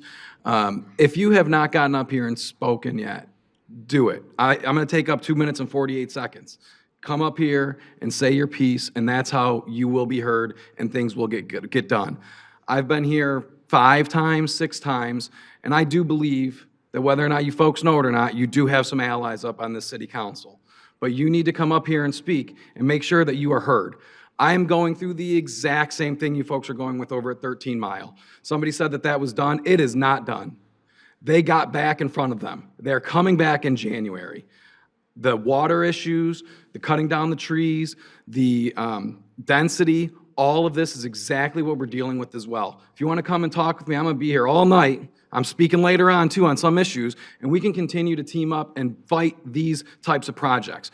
These are not what the city wants. It is quite clear that nobody in this room and anybody that I've spoken with thinks that these high-density projects are good ideas. I told myself I'm going to stay out of politics. I'm probably not going to get involved. Mr. Dwyer's up in 2 years. Maybe we need to make some changes starting there, because I know for a fact how 2 people are going to vote on this tonight. So my words of encouragement are you continue to fight, continue to come together, continue to make our voices heard. These types of projects are not what we want. There was a lot of talk about affordable housing or making things a little bit easier or building up Grand River. Those are the projects we should be focused on, not enriching people's pockets that already own 66 buildings, building 33 more, building 60 behind my house. We need to make a difference. We need to continue to show up. I'm so thankful that everybody came here tonight, and I hope that I can count on you folks to come up here in January. I don't see any more coming up. Come on, somebody come up here and sign up a sheet. You two gentlemen in the back, I know you want to talk. I know you guys want to say something, even if it's to come up here and say, I do not want this because it's going to flood my property. That's all they need to hear. Public speaking sucks, unless you're me, and then it's okay.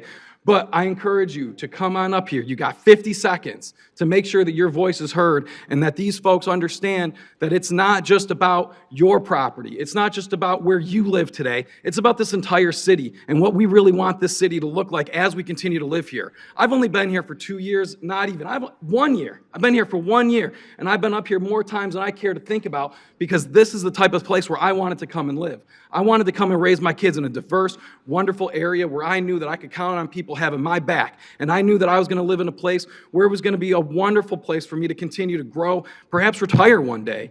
But until these types of projects are eliminated from this city, we're going to continue to have to deal with this type of crap. I'm sorry, you know what? I'm sure the folks put in a lot of work, but these types of developments are lazy. They're not attractive. They are boring. Give us something that we can fight for and that we can agree with.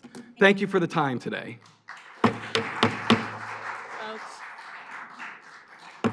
Let's maintain decorum, please. Paul Rosanowski to be followed by Andrew Williams. Hi, Paul Richanowski. My company's been wiring new construction homes since '93. I bought my house, right around the same time. I never thought these woods could be developed. With the river, the access, the wetlands, I never fathomed it would come to this, but here we are. I've got builders that buy properties. I got one that just bought one in Plymouth Township here about, I don't know, a year and a half ago. 15 lots he was going to develop on this thing. They let him do one, and they said, that's it. So, you guys can turn these guys down. It's been done. It's been done many a times. I know it's unfortunate for these guys. If I were them, I'd be in Naples right now working on my handicap. I wouldn't be here. So, my house is going to butt right up to this pond that they're going to put in here. It's just going to collect mosquitoes. Real nice addition to my property value. Not happy about that. This poor lady who's got 20 feet, not from her property line, 20 feet to her house. I don't care if you put in a few trees, that's going to do nothing. You could put up a 12-foot wall, and she's still going to hear traffic. That's unacceptable. I would never live with that. So, you guys got to do the right thing here. Make it a park, make it anything but homes. This should never have been developed. It wasn't developed, 55, whatever years ago when the neighborhoods went in. There was a reason for it. Keep it undeveloped. That's all I'm asking. Thank you. John Salmonson to be followed by Michael Emerly. I'm sorry. Andrew Williams, I'm sorry, I got ahead of myself. Andrew Williams first. Andrew Williams here, hey. Thank you.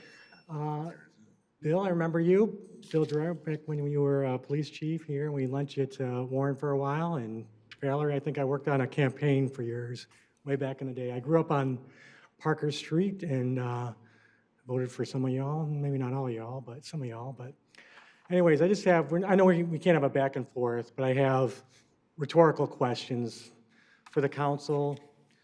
I'd like to ask, if you saw something like this, they were going to put in your backyard, maybe you had a, kind of a woodsy area in your backyard, how would you take that if that was going to happen to you?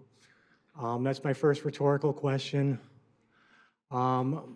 My next rhetorical question is, it sounds like they had a herpetologist look at the site to save all the lizards. Herpetologists, they work with lizards, I guess, right? I'm just wondering if they looked into any other animals that We're back there. Was it just the herpetologist or? No interaction here. And I guess my third rhetorical question is, how much money was donated to the fund? I know there's one person that can only do $1,200 towards a campaign. I just wonder how much family, how many relatives and things like that might have been associated with it, because if there was none, then that's fine. If there was, that's another story. But anyways, I just want to know, like, just to, maybe by a show of hands, how many people in here are against this So, trailer park? Sir, this is to address council, please. Okay. Imagine if I were to ask the question of how many people are opposed to this trailer park, and raise your hands, but I can't say that, so hypothetically speaking, how many people? Anyways, that's all I got. I had nothing. I just wanted to say hi to everyone, and my first chance to be up here. Voted for some of y'all, and others I did not, but have a good rest of the meeting. Thank you. John Selmanson, to be followed by Michael Emmerling. Good evening. I'd like to say that I'm right along with most of the people here with septic pump running constantly. I'm at the corner of Parker and Colfax at the south end of this development here.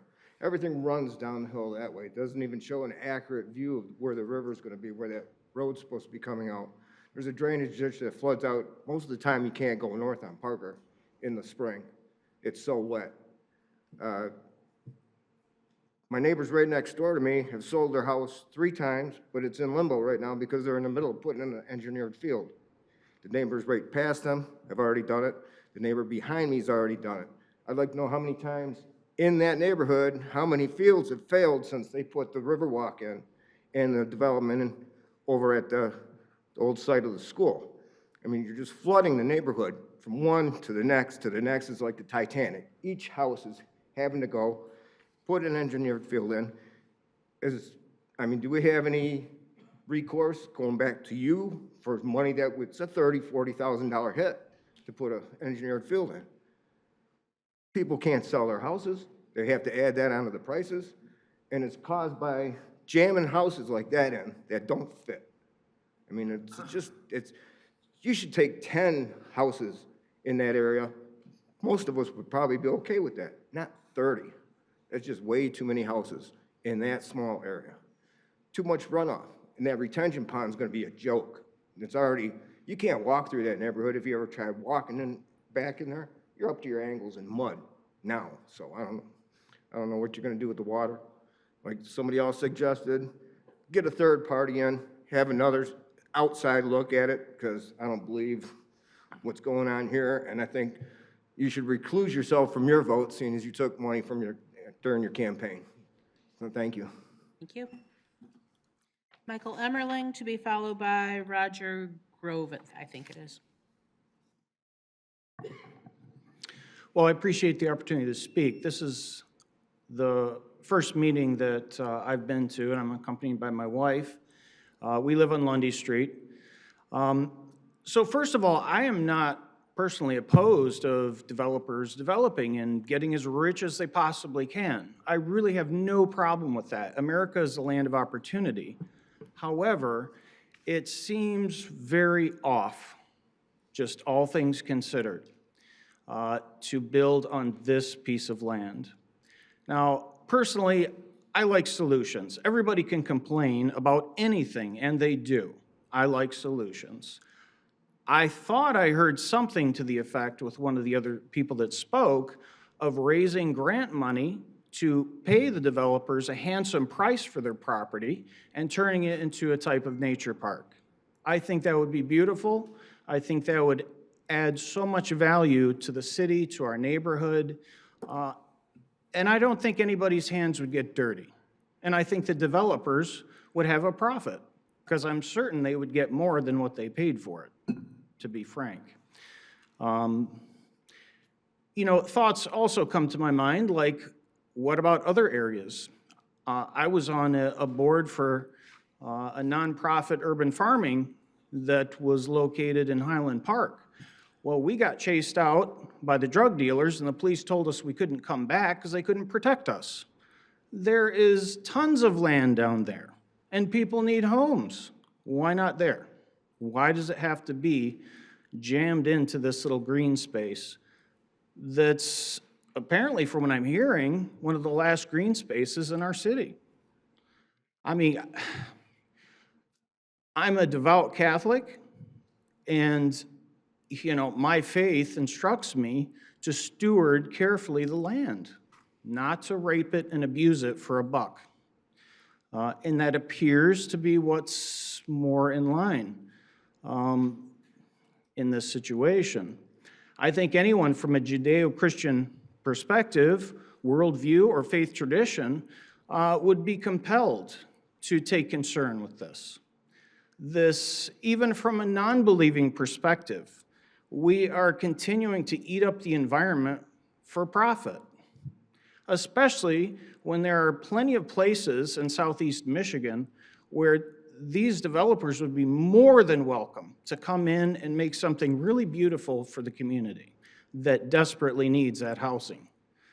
So I guess with that, I rest my case. Thank you. Thank you. Roger Grove to be followed by Robert Stallings. Hello, all. Good evening.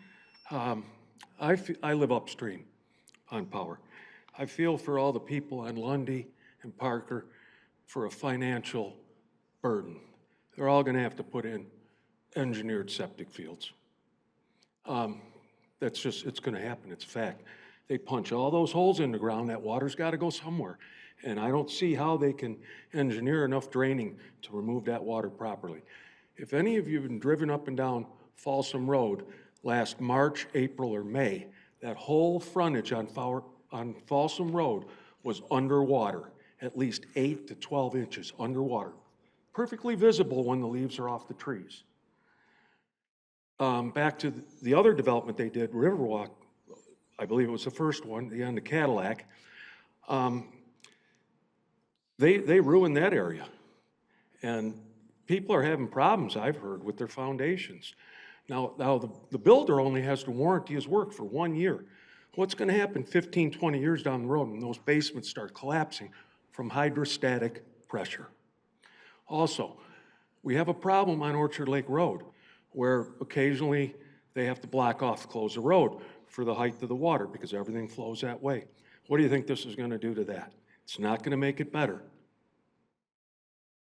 So that's my thoughts. Thank you, sir.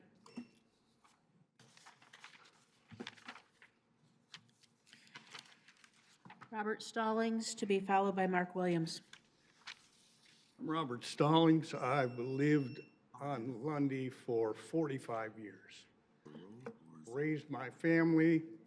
My backyard is flooded always. You can't cut half of it till middle of June. Looking at this, 3 homes are going to be in my backyard. I have a lot and a half. I'm going to be looking at 3 towering homes. Been there 45 years, raised my family. What he's talking about, the water going over Orchard Lake Road, that's the same river that goes through from Parker. You can't even go down Parker mid-spring. It's flooded. That water's going to run off into every one of our yards. What about when they start throwing down their fertilizer and pesticides? Is it going to kill our puppies? Flooding into our backyards? None of us want that. I totally oppose this. This is crazy. Beautiful park would be perfect there for Farmington Hills. And I don't ever speak publicly. So please take us into consideration. This is just wrong, totally wrong. Thank you, Mr. Stallings. Mark Williams to be followed by Cynthia Ludwig.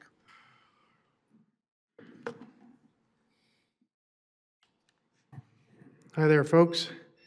I grew up on Parker Street down at the northwest corner there. So I got a couple things I'm going to speak of quickly. One of them is growing up there and then growing up where I live now. Living where I live now is over on Gill Road, where there's another development going through there from 9 Mile all the way through where they just ripped it out. So when I grew up on this area right here, I could tell you from Folsom, halfway to the middle right there, that's all wetlands back there. I ran through there and spent my childhood in them woods. And it's all wet there from Parker, both sides Lundy. The reason this property was bought many times in the 50 years that I know of. It was bought, people bought it, and then they found out it didn't perk. They couldn't develop it because Parker and Lundy are higher than the woods section almost. And then in the woods section, it's wetlands all the way up and halfway in the middle of it there in the middle.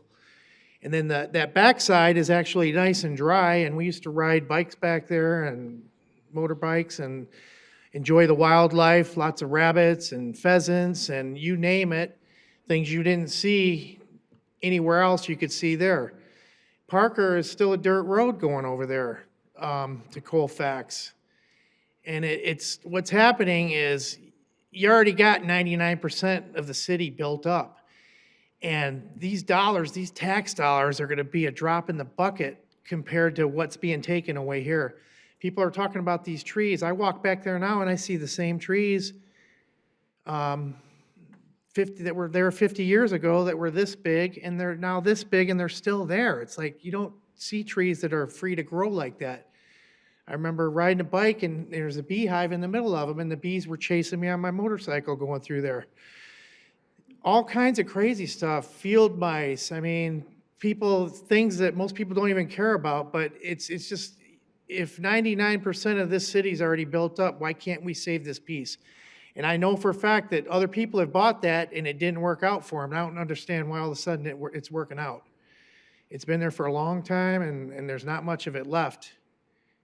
And it makes me sad to see it go.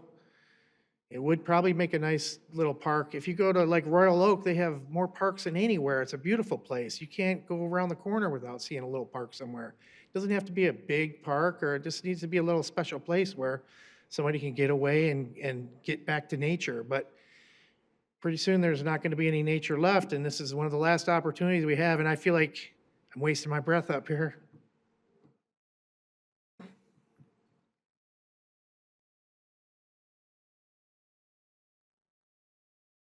All right, it's probably too late. Thank you. Cynthia Ludwig. Hi, I'm Cynthia Ludwig, and I grew up on Parker. I lived on Osmus. My speech just disappeared. My daughter wrote it to help me with it, but really, Farmington's, here, give me it back.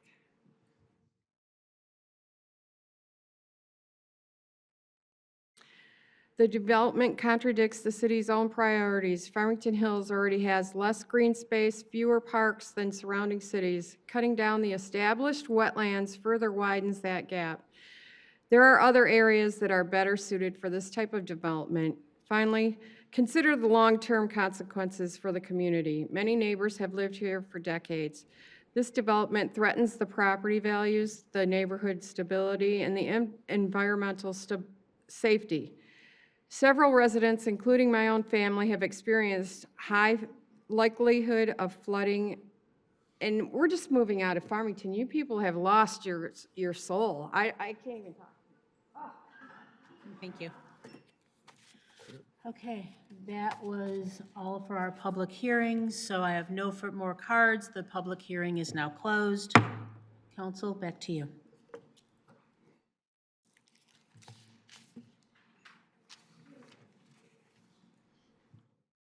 Ms. Null. Sure, I'll start it out.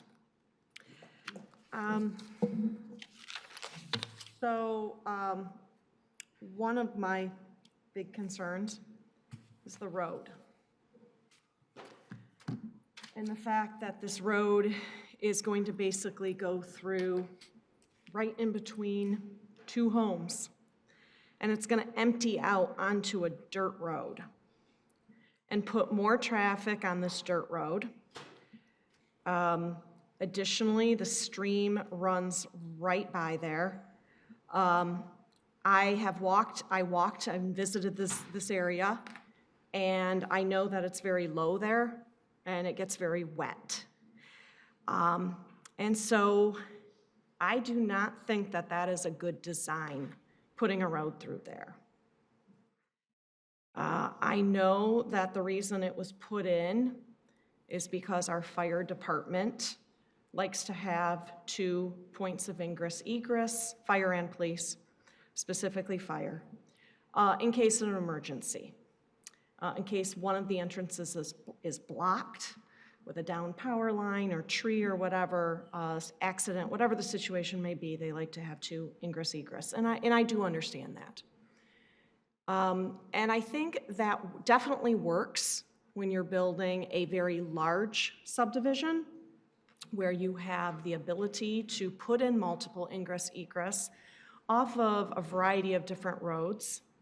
I think it works when you're putting in a subdivision which can be made oval or circular in design, but it does not work in this case. We have numerous other subdivisions in this city that were designed without more than 1 ingress egress. It's basically the way I look at this is, if possible, put in 2 ingress egress. But it's not necessarily what I would say a mandate. And in this case, it doesn't work, in my opinion. I think it's going to be a detriment to the existing neighborhood. Many of these homes have been here for years. We've heard from residents who have been here 30, 40 years. You know, there's never any expectation when you have vacant land behind you that it's not going to be developed unless you're the owner of it. You never know what some other owner is going to do, especially if it's zoned for residential. But at the same time, even though, you know, you may not own the land, you can't necessarily prevent someone who owns it from exercising their private property rights, just like we can't necessarily, the city can't always keep you from maybe building on your property, putting an addition on your home, or adding onto your garage, or whatever the case may be. But at the same time, I think you do have an expectation that if the property behind you, near you, is developed, that it be similar in character to what you have. And I do not believe that this is similar in character. Just look at the map. You have, in many cases, 2 lots to your 1 lot, or to the existing neighbor's 1 lot. So that's double the homes. When you're going to look out your backyard, you're not going to see 1 home. You're going to see 2 in most of these cases. Someplace, you're right, I heard that. Sometimes there's 3. So I don't think that's similar in character to this neighborhood. So those are my thoughts. I don't like it for the character. I don't think it's in keeping. And also, I have a real problem. I just can't support this proposal with this road coming out, emptying out onto a dirt road and creating more traffic on a dirt road that's often flooded. And putting a road literally right next to someone else's home.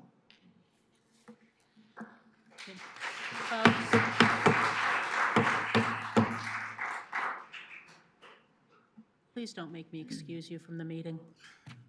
Okay, Mr. Aldred. Thank you, Madam Mayor. So just to make a comment that I understand the goal here of trying to use a cluster development to get multiple houses in so that you can then make the argument of preserving some of the space. But I agree with Councilmember Knoll in terms of the road exits onto Parker. I have concerns for similar reasons. Where it empties out clearly is across the road from where there's a wetland area, and there's also a lot of marsh area across the road. I guess I have a question for for Giffords Webster on this. Do we have any data on how often that road floods? I'm hearing here from the residents it's regularly for a large periods of time during the year. From what I can tell, this road is basically coming out right where the road floods, which doesn't seem to make much sense to me. I don't have any data on that. I was just kind of exchanging glances with your public services and engineering folks, and You don't I'm have any getting, data? I'm getting head shakes. You don't that have, they- you they don't, you don't yeah. have the data for that, no, okay. Well, from what I can hear, again, anecdotally, maybe that's one source of information that we have, that it floods regularly, and again, from the hydric soils, that whole area is basically subject to regular flooding, from what I could tell. It could be susceptible to flooding because of the geology. And as I understand it, then the proponent, is it two-story buildings that you're putting in these homes? Okay, because there wasn't any renderings of the drawings in our packet. One story and some two-story. Some ranches and two-story. There's a combination of one and two-story? Okay, because there was no images in our packet. I was looking at what the grounds would be to potentially deny this this development, and the ordinance as written says that if the Planning Commission, or in this case City Council, is not satisfied the proposal meets the letter and spirit of this chapter, or finds that approval of the proposal would be detrimental to existing development in the general area and should not be approved, it shall record the reasons. And again, similar to Councilmember Knoll, I think that development as it goes in that cluster would be out of keeping with the rest of the neighborhood there, and so I think that would be detrimental to the general nature of the area. We have older houses there with green space, and just finally here, I'll just say, last week we approved a vision statement, and in that vision statement we said, Farmington Hills strives to be a vibrant destination, preserving a welcoming and safe community where innovation, culture, and green spaces inspire people and businesses to flourish. In this particular case, I think that would be we want to preserve the nature of this area, and so I would be voting against it. Mr. Bridges. Thank you. I want to just echo some of the comments made by Councilmember Knoll as well as Councilmember Aldred, but I'm really concerned about the fact that I'm not convinced that the drainage, the existing water issues there will be addressed with this development. I'm not confident that the development would mitigate the drainage issue unless there's something that comes up that provides data or information that this development will not add to the existing drainage problem. I am not in support of it. I'm also concerned about the proximity of the road to the neighbor's home. I've heard a little as 10 feet, sometimes 20 feet. And thirdly, I'm concerned about the impact on the character of the neighborhood as well. You're looking at the fact that the city is 99% built, and any type of residential development will be somewhat controversial because of the fact that these are plots of land that are irregular, that have wetlands and other type of conditions that might not lend itself for a development, and it's controversial. I know it is. Yeah, but for those reasons, I am going to right now look at not supporting this proposal because of the issue. I'm not confident that the drainage issue will be resolved with this development, and the fact that we have an adverse impact upon the neighborhood there as well. And then thirdly, the fact that this road would be so close to the a neighbor's home. So for those reasons, I am looking at not opposing this development. Thank you. Who would like to go next? Ms. Bolloway or anything? Yes. All right. For me, the key word is detrimental. Is this development detrimental to the residents who live in the area? And listening to what I've heard tonight from the developer and our city council members that spoke before me, I do think this subdivision or this new development is detrimental in several ways. I am not certain, I have heard, I am not convinced or have seen anything about the water retention and the water runoff.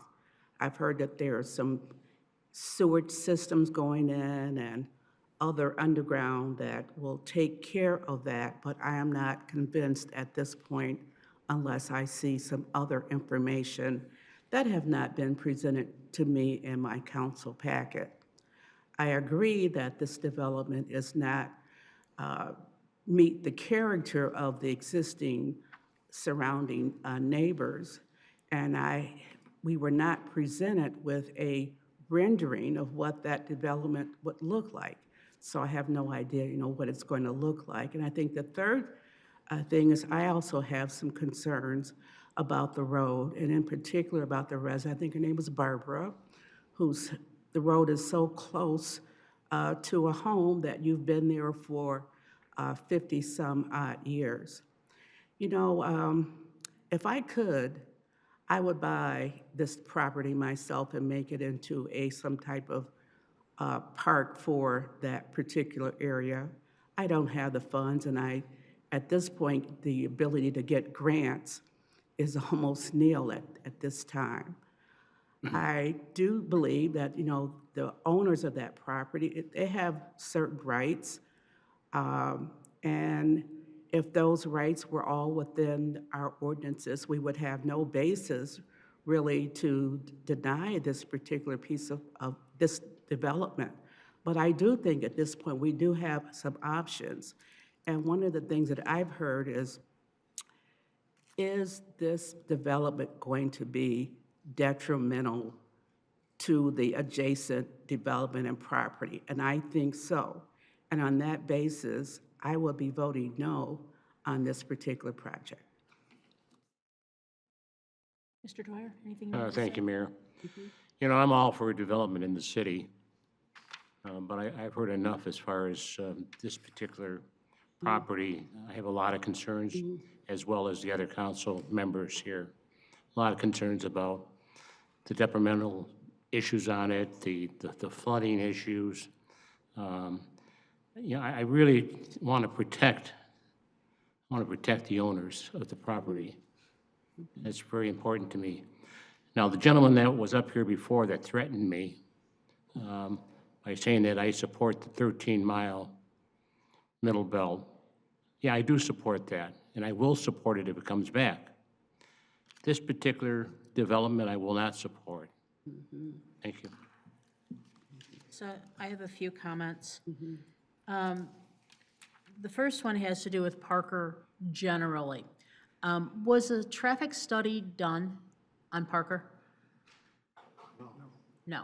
Okay, so as far as I know, a traffic study has not been done. As was mentioned, there's a lot of traffic that seems to go by pretty darn fast on Parker. So regardless of whatever council decides this evening, I would like to ask if administration could look at Parker. It is definitely used as a cut-through from 8 Mile, and that in and of itself is a detriment to that community, in my opinion. And I would like to explore maybe doing a Safety 3 study on that street. And would stop signs be appropriate? I don't know. I know if we were to put up a sign that says, because I've asked about this already, if we put up a sign that says no commercial vehicles except for local traffic, we really can't enforce that. But anyway, I would appreciate if we could have a traffic study on Parker and understand what options are for those folks, because that cut-through is just crazy. I am greatly, greatly concerned about how to protect the privacy. Barbara, I'm sorry, I didn't catch your last name. I know it started with an S. Siebel, okay. Because I don't want to be familiar. But I get it. The house is 10 feet from the property line. It doesn't meet the setbacks. At the same time, I just shudder at the thought of a road 20 feet from your bedroom window. I don't care how many trees and arborvitaes we put up. That still concerns me greatly. To Ms. Null's point, I question, do we have to have that cut through onto Parker? Is there another way to do things? And Lundy neighbors don't throw things yet, but I mean, should the road go out to Lundy? I don't know, but I do know that this is just creating an incredible hardship, not a legal term in my opinion, on that home. So that's a concern. In terms of goodness to the community, I also hear about the concern about mitigating the water. And I am not to the point where I am convinced that the engineering works to make sure we are not making what sounds to me like an already bad situation for many of our residents into an even worse situation, and that concerns me greatly. So I think more study needs to be done there, because I am unconvinced at this moment that these detention basins, that the cutouts that you've talked about, I am unconvinced. I don't have the data to suggest that there won't be an impact on the other residents. So I realize that the proponents have the right to develop their property. They absolutely do. I also would like to understand a little bit more. Mr. Bowman talked about a spacing question. I would like to understand that further. If this proposal were to be, for instance, postponed, to come back with a whole lot more information than we have in front of us now. I'm wondering, you know, to a comment that we heard from some of the residents in other developments where, okay, they made it the year or two for the warranty period, but then guess what? Things got really, really wet. What if they're wrong about the water mitigation? You know, we end up with residents with a really bad situation. And so what I don't know is, can there be some sort of a bond such that if there were a future problem, that could be handled? I don't know. And then the other thing, you know, we talked about this as a cluster development, and that 40 acres going out toward Colfax would be undeveloped. And so I guess what my question is whether that could potentially, and could you somebody tell the people out in the hall that we can hear them? I'm wondering whether that potentially, if we are looking for a benefit to the city, could be donated to the city, some or all of that portion, such that it would be a dedicated park, such that there could potentially be a benefit for the community documented. And heck, for the proponent, it might even decrease your property taxes a little bit. But just trying to think a little creatively on this. I realize that you can develop your property. You have every right to do that. But for me, this doesn't do it. And I would prefer to see a postponement, but I am only one of 7 votes. Madam Mayor? Yes. Can we move for, yes, question right here, comment? Go ahead. Attorney? Excuse me. Yes. Mayor Rich? Yes. The concept of a postponement is something we would like to explore. I've heard 2 significant things in the conversation. One is concerning the road going out to Parker. We designed the community in this way because the city told us we had to do that. Well, it's the ordinance. There are some alternatives, but the city would have to consider those alternatives in modifying the plan. And we would have to meet with the engineering department to find out if those alternatives that we'd looked at before are something that we could pursue. Yeah. It would really be up to the city, however, to allow us to do that. The second thing is drainage. We can provide whatever type of engineering analysis that could be reviewed by your engineering department to convince each of you that what we will put in place will improve the drainage situation. We cannot address the subsoil conditions of the various properties on either side, Lundy or Parker. But we can address what happens in the rear yards next to our property and on our property. And also address what comes out of our detention basins and into the river. We've done quite a bit of analysis of that, and I think what we would like to do is to complete a presentation that provides the detail concerning that. As to the character question, the concept of cluster zoning is that we are setting aside a large area in order to be able to develop smaller lots. As my partner Stuart said at the beginning, we decided not to run a road through the wetland and then develop where we could on either side, but to preserve as much of that as we could with the cluster option. We thought that would be more attractive to the community. There had previously been proposed many years ago the direct road through to Colfax, which we could put together and show you the impact of that. But even if we did that, we wouldn't need the cluster approval. We would get as many units of housing.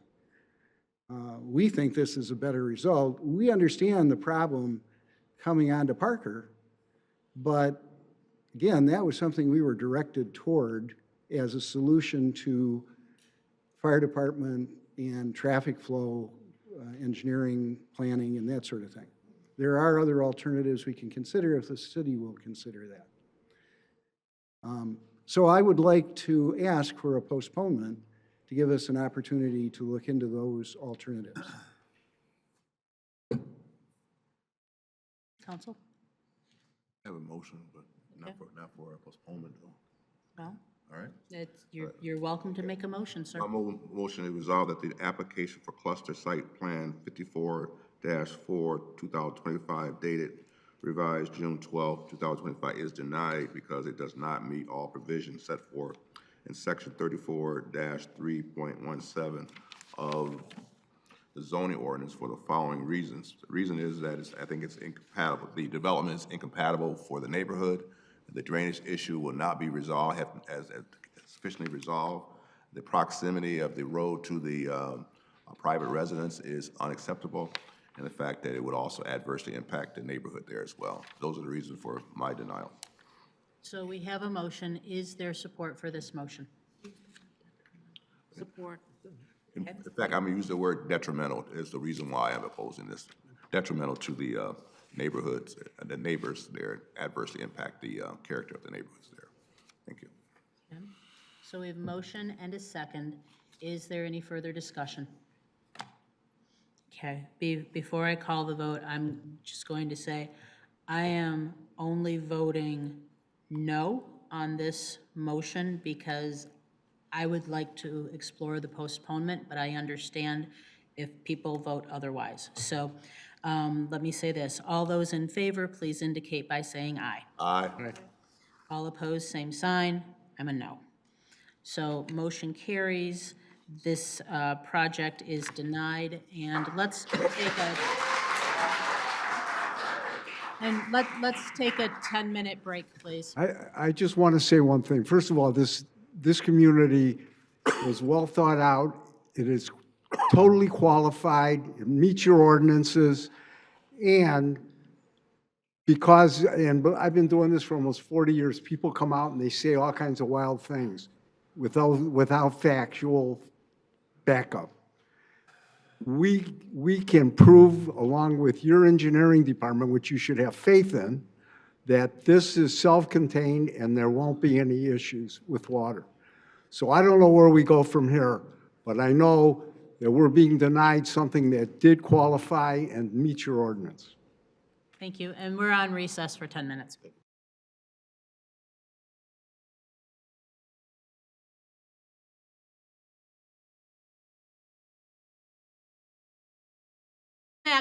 Thank you, thank you.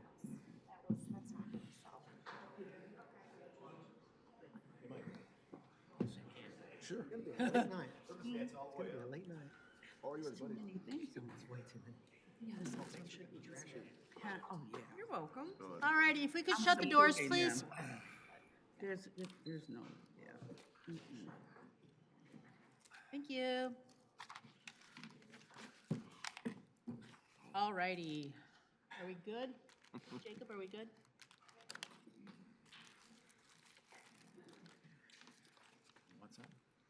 All right.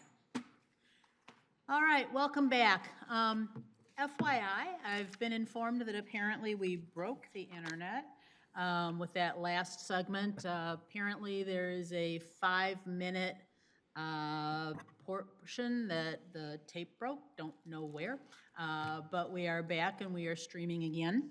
So if you spoke and your portion's not in, it was not intentional.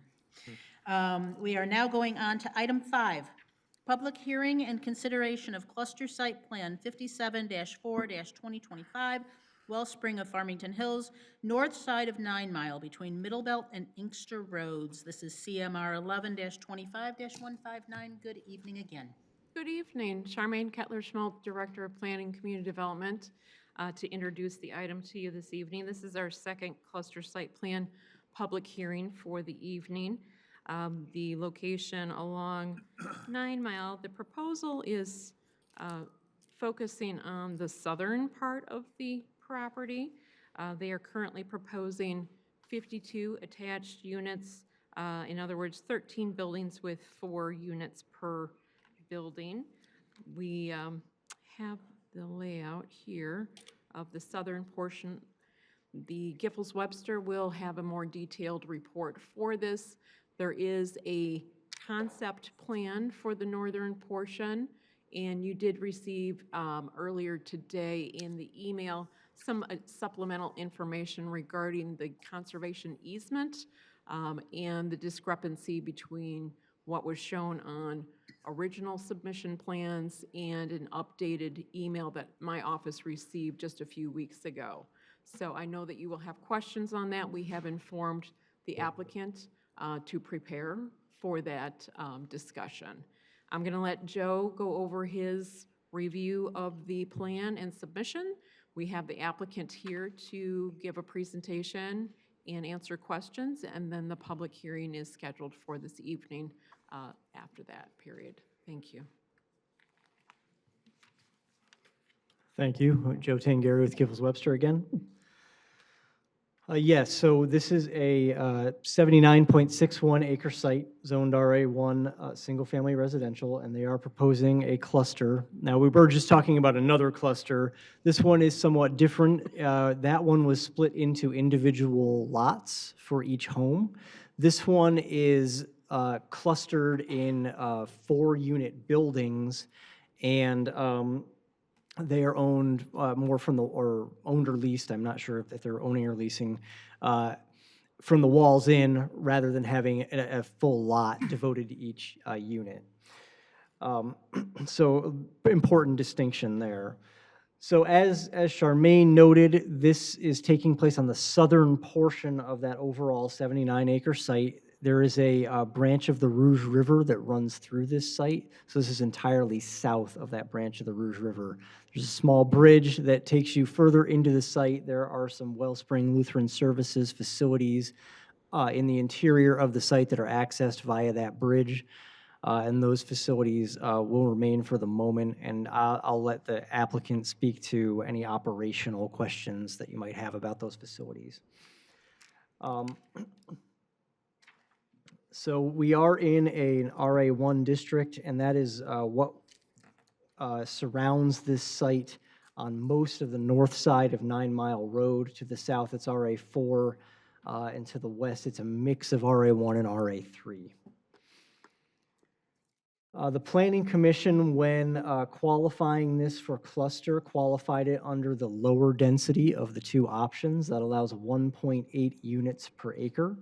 For a one-family cluster in the RA1 district. And for reference, in the RA1 district, the minimum lot size is 20,000 square feet. That is 2.17 units per acre.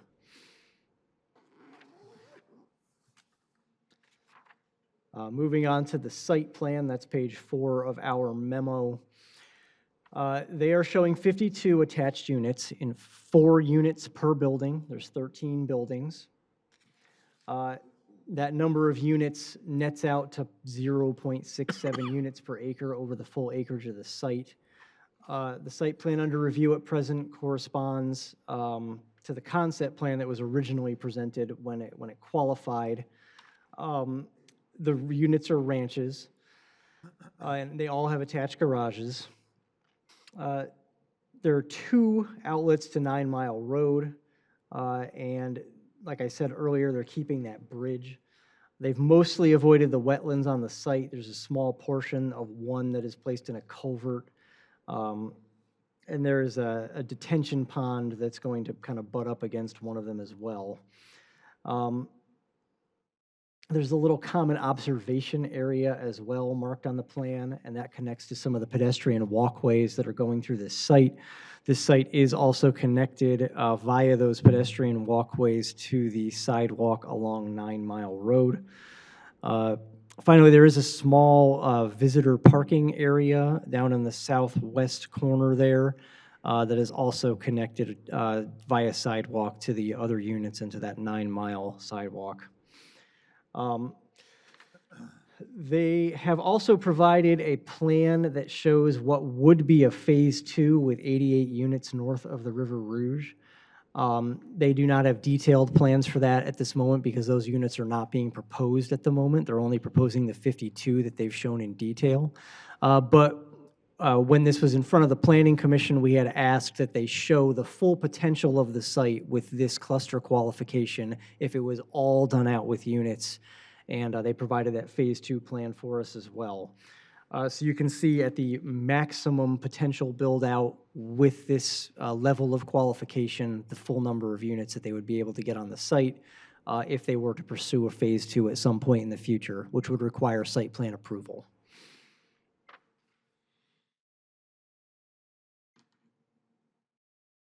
The actual total of units would be 143.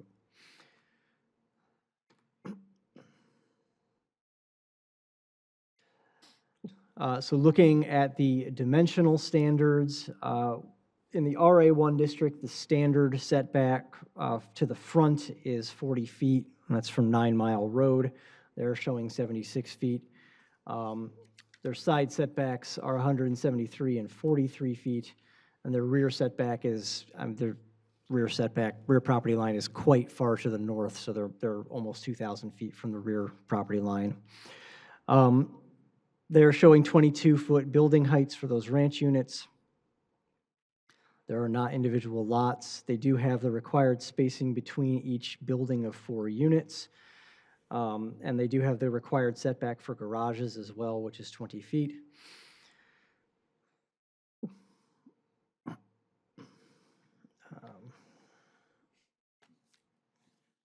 So there is a portion of the site in the north that is shown as a conservation easement. I know that the applicant is prepared to explain this, but there's essentially 7 acres that they're proposing to put aside now and 7 acres that they would put aside later if they pursue a Phase 2, is what I understand from the applicant. But I'll let him address that in more detail. They are meeting the 15% open space requirement in any case.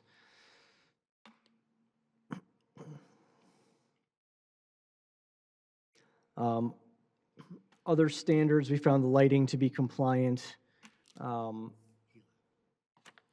tree removal is also generally compliant. We had slightly different numbers of replacement trees, so there will be, need to be a final count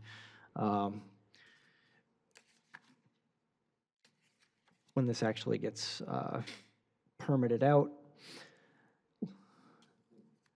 And finally, they We have that transition standard for buffering. They are showing landscaping along their side property lines. And when the Planning Commission was asked to review the buffering as to its adequacy, they found that the buffering that's proposed was adequate. The western property line in particular is the place where it is closest to adjacent development, and that was the focus of that conversation, but the Planning Commission approved of what they were proposing there. Do you have any questions for me? Mayor, I do. I have one question. Mhm. Now, other than the slightly deviation on the tree removal portion of this cluster plan, Mhm. are there any other areas that are non-compliant Uh, than the trees? No, the trees was the one area that we found where there was a discrepancy in the numbers. All right. Thanks. Anyone else? Mr. Bridges? Yes, regarding the dimensional standards, you have required is 30 feet, proposed is 22.5. Everything else is in compliance, right?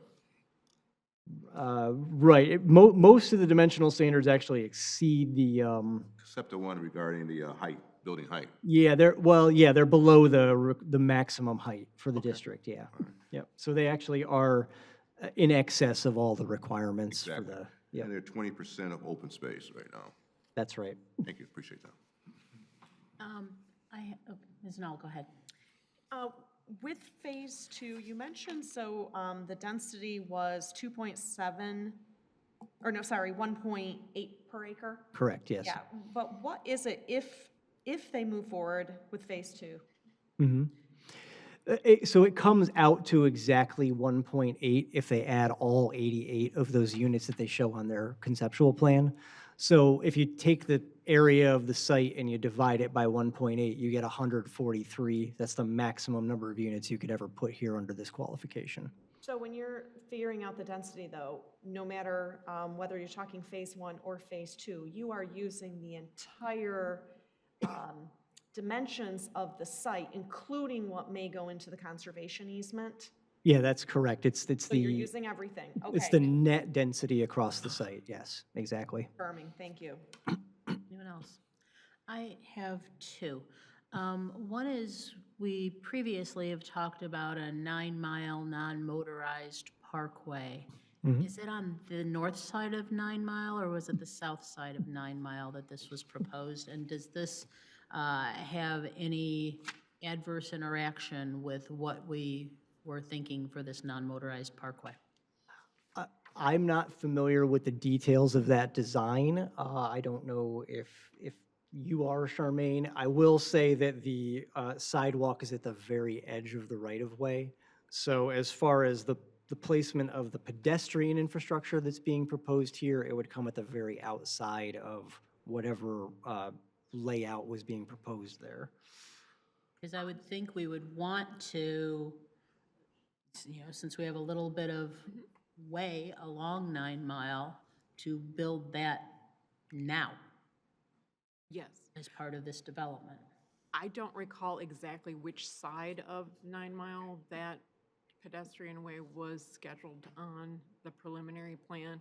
Last I recall, they were doing feasibility studies Yeah. to verify whether the concept that had been accepted by the communities would actually work on the ground. There is a long stretch that's available along this area, and I don't see that it's that restricted, whether the sidewalk is a 4-foot, 8-foot, or a 10-foot wide path. Mr. Mekshon, do you happen to recall? I was just looking it up, and I think, most of the communities along the 9 Mile corridor have signed on to this concept, largely to chase grant funding. I don't think we have a determination as to whether it's on the north side or the south side of 9 Mile. In fact, I think it's really, the intent, the vision is, let's make this work wherever we may have the right-of-way to put it in the right-of-way. So as part of this project, typically, we'll have the developer, they're going to dedicate the right-of-way, they'll donate the right-of-way, and they also are required to typically put non-motorized facilities across their frontage. So I'm assuming that's, Jim is not nodding his head.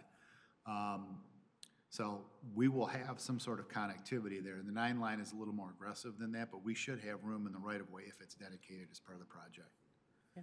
And then my other question, and I thought I read it when I was going through the materials, is if the second portion of this were to occur, what guarantees are there that the road would be able to be continued and the proposed entrance would be sufficient to accommodate all those additional residences? I'm hearing from behind me that the applicant is prepared to answer that, so I suppose I will let them answer that. Okay, go ahead. Would you like to answer that? As soon as he's done. Okay, and then Ms. Knoll had a question as well. Oh, is the developer giving us a presentation? Yes. Okay, okay, good. Yeah, I have a question about tree replacement. Sure. So, the buffer to the neighbor, are those trees included in the tree replacement count, or is that in addition? Yet most of those trees are part of the replacement. Yes, that's correct. Okay. So the trees buffering the neighbor are part of the total tree replacement? Yes. Okay.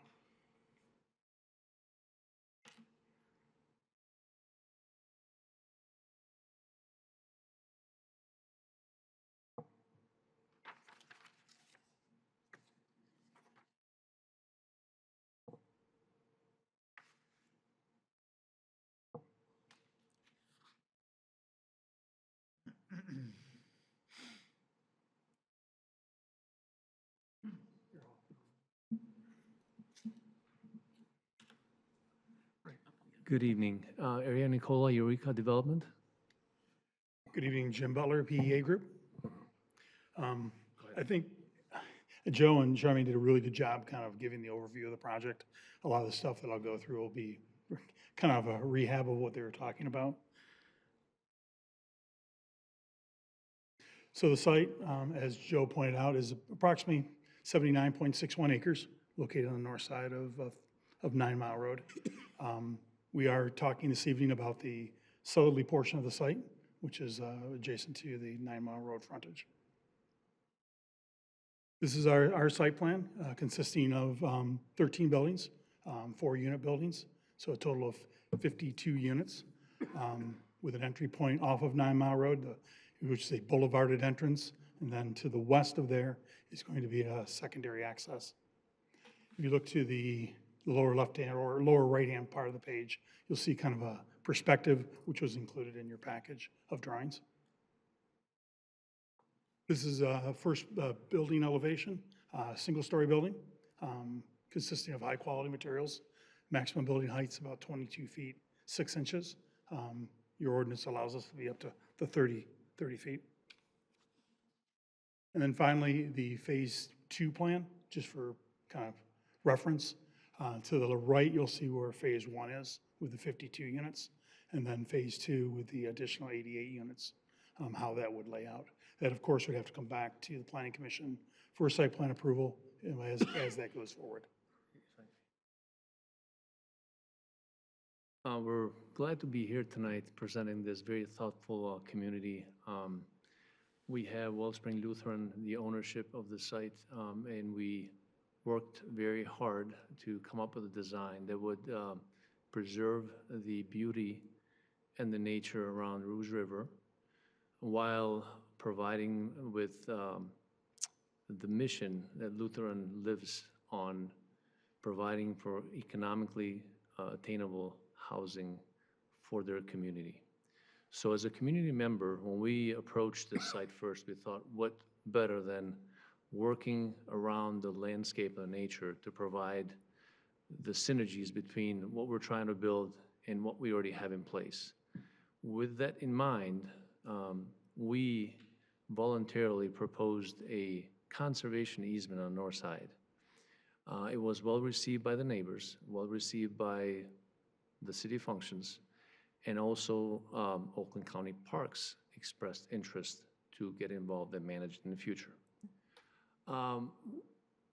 As part of the plan, then we came back during the Planning Commission site plan review at their request to show a potential phase 2, which we see it as a vision coming in the near future, to show this potential easement area. With the ownership's blessing, we showed the area that was intended to be dedicated as part of the complete project.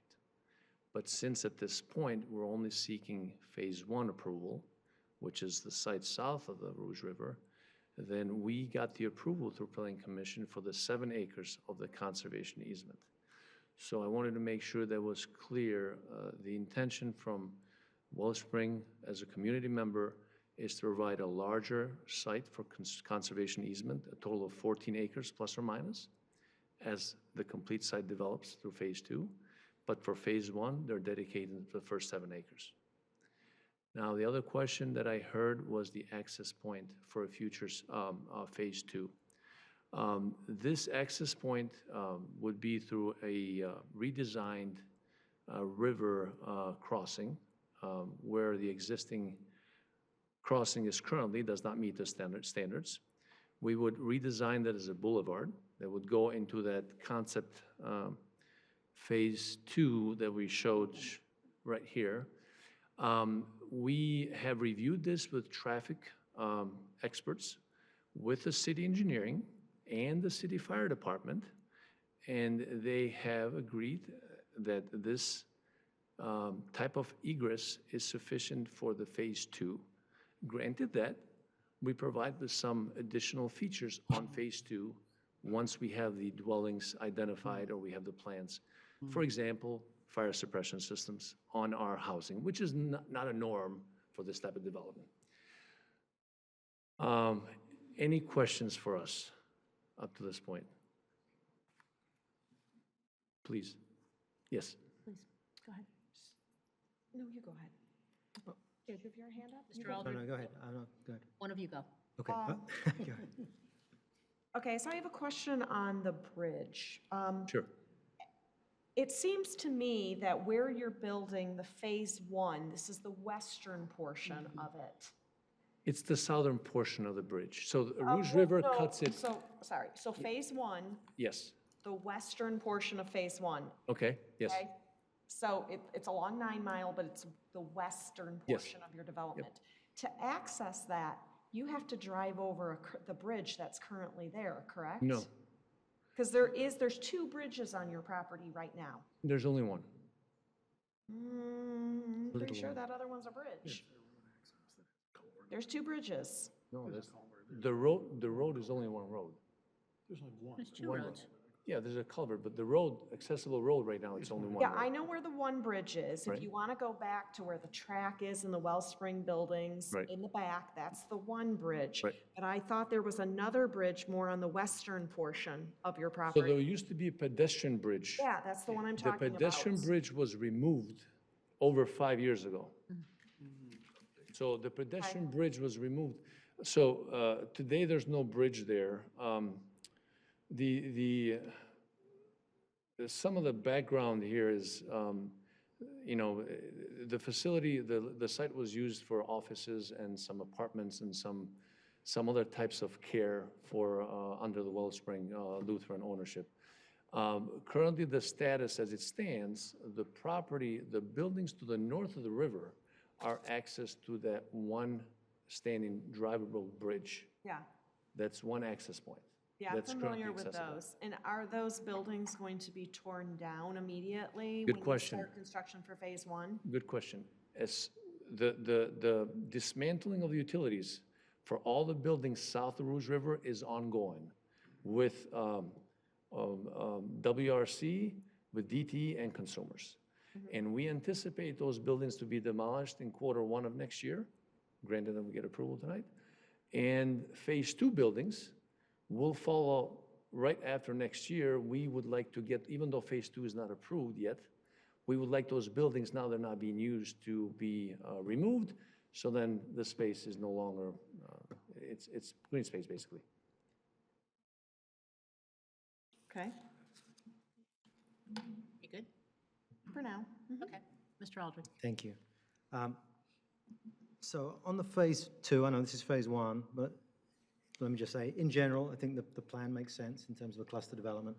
In terms of phase two, the bridge, the comment in the master plan talks about the cost of bridging one or both of the branches of the Rouge with a bridge and a road meeting current standards is high. So in order to do phase two, you're going to have to rebuild that bridge with the boulevard. And do you have some idea of what that cost is? And is that something that you are? So very good question. So before, we consulted with city engineering on the standards of what they would approve for phase two traffic. Yes. It's a boulevard type bridge, so you got 2 lanes in the boulevard crossing. The utilities are already sized up to support, so basically the sanitary and the water, it's already sized up as part of phase one to support phase two as well in the future. As far as the cost to build the bridge, we do not have one today because they're moving. The costs are not something we can fix today, but the idea is once we come in here for phase two approval, that's when the bridge would have to be constructed as part of phase two. We would know approximately what those costs would be. Okay, so this is important to me because of what you said about the size of the conservation area. So for me, this is an important part of this is what can we do here to preserve the woodland on this plot. In the 2009 master plan, it was described this 80-acre parcel contains some of the highest quality trees in the city.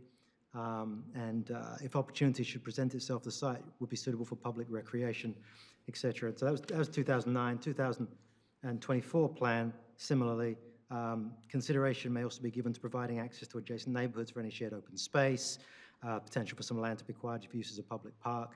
So these are very high quality trees. This is a real opportunity to preserve green space in this city.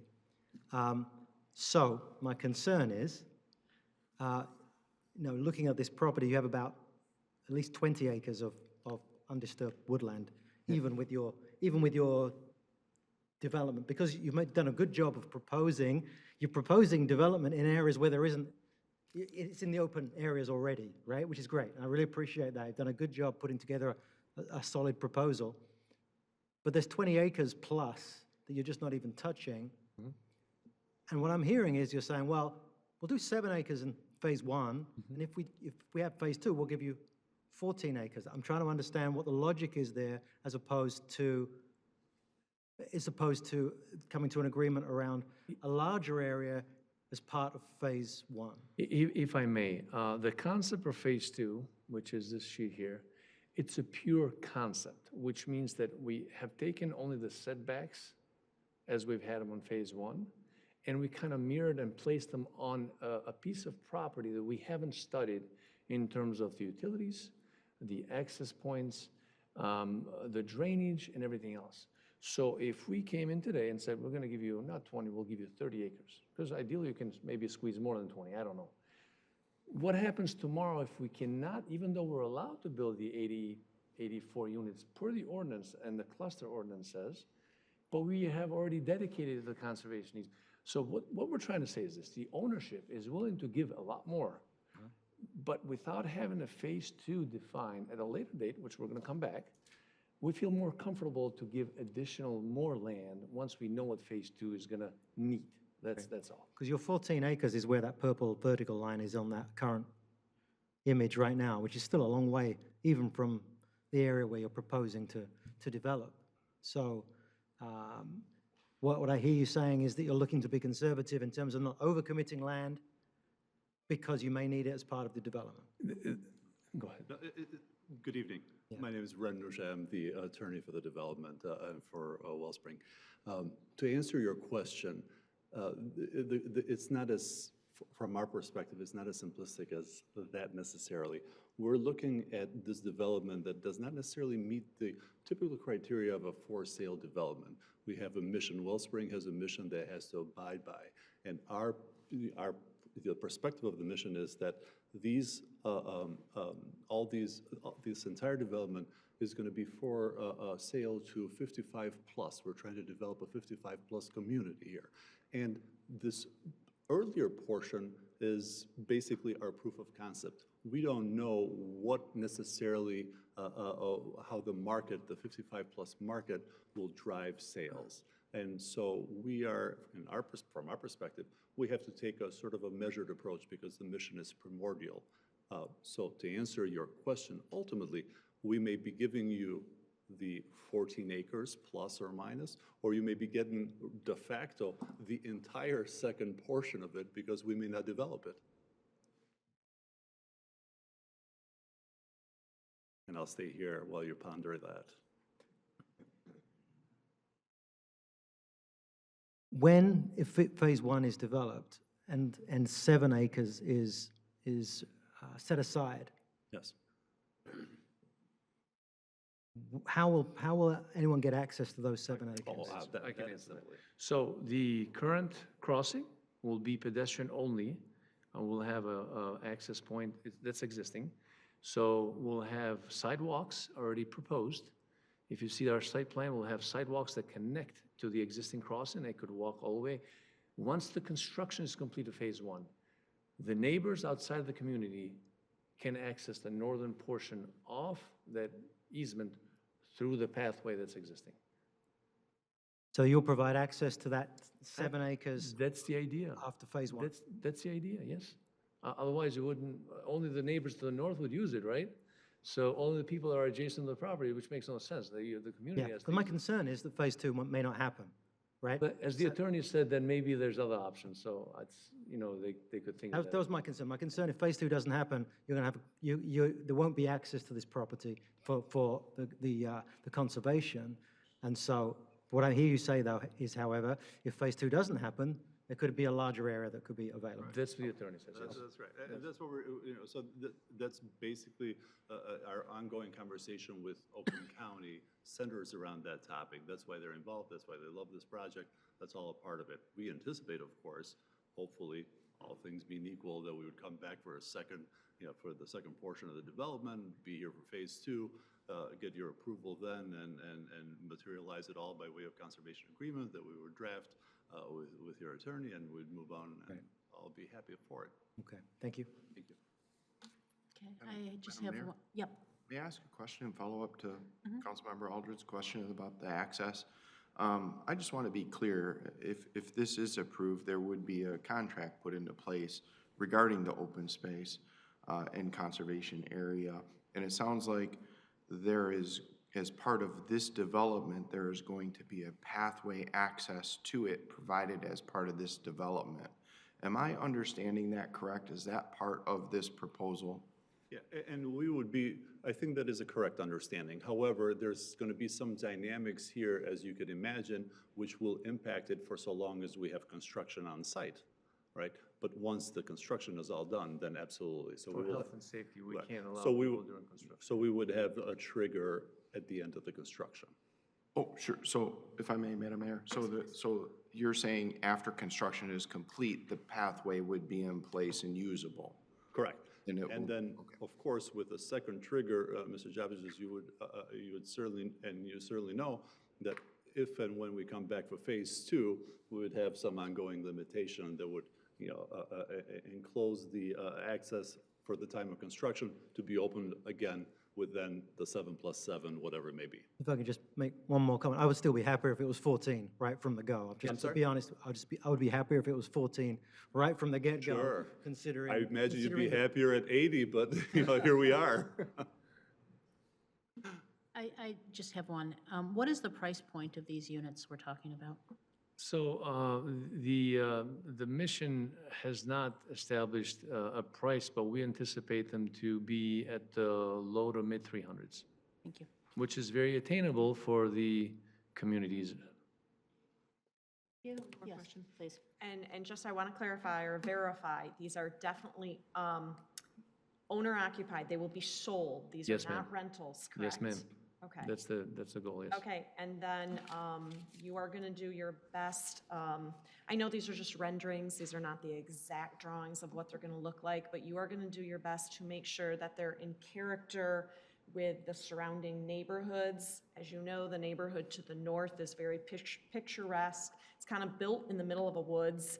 Obviously, this is as well. So they really, hopefully they fit in to the character of the neighborhood and the woods, and they don't kind of stand out. They're not jarring. If I want to, I can't tell you how to build them. I want but to add that's something, the request. They blend in. The reason why we proposed one story is one of the reasons is so we can blend in with the surrounding communities. But the second reason that's also important is utilize the nature of the river and complement it, not overwhelm it. So if I put two-story structure, even three-story structures, if them, townhomes or whatnot, it would be too much. That's why we thoughtfully designed it so that it complements the neighborhoods and the river. Okay, and quality materials. Exactly. Yes, ma'am. Very quality material. Thank you. Okay, with that, let's open the public hearing. Yep.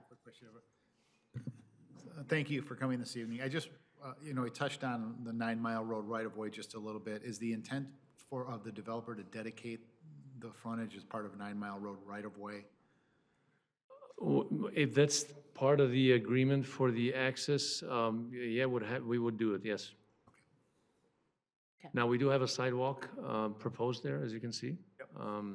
Now, that's, I do not know if that meets your future vision of the walkways, whatnot, but we can discuss if there's synergies there to have this part of your vision and implement it, so then it's aligned with that future vision, yeah. I appreciate that. I don't know what the future right-of-way is there. So I'm just trying to. wanted to get a commitment from you that you're open to that. No Thank worries. you. Okay, with that, we are opening the public hearing. We have a number of cards. First up will be Noah, I apologize for my mispronunciation already, Opesses, to be followed by Ray Matson and Bonnie Hollander.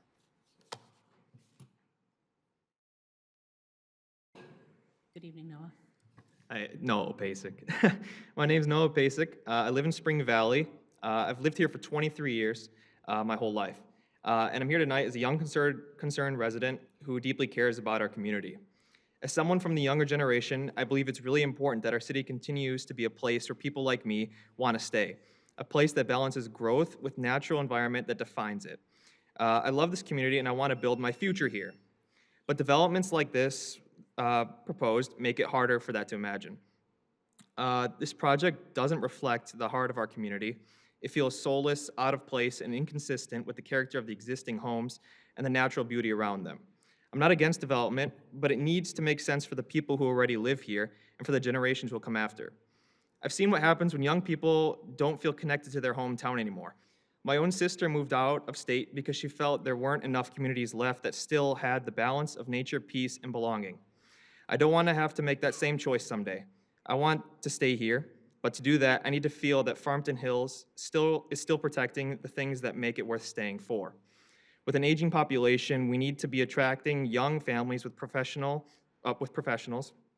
people who value community, green space, and connection. But if we keep replacing nature with concrete, we lose the very things that make people want to stay, like me. I'm not a nature expert, but every night we hear owls calling from the woods near our homes. That sound has been part of our neighborhood for as long as I can remember. And it reminds me why so many of us love living here. The trees, the wildlife, and the peace of this area are what makes Farmington Hills special.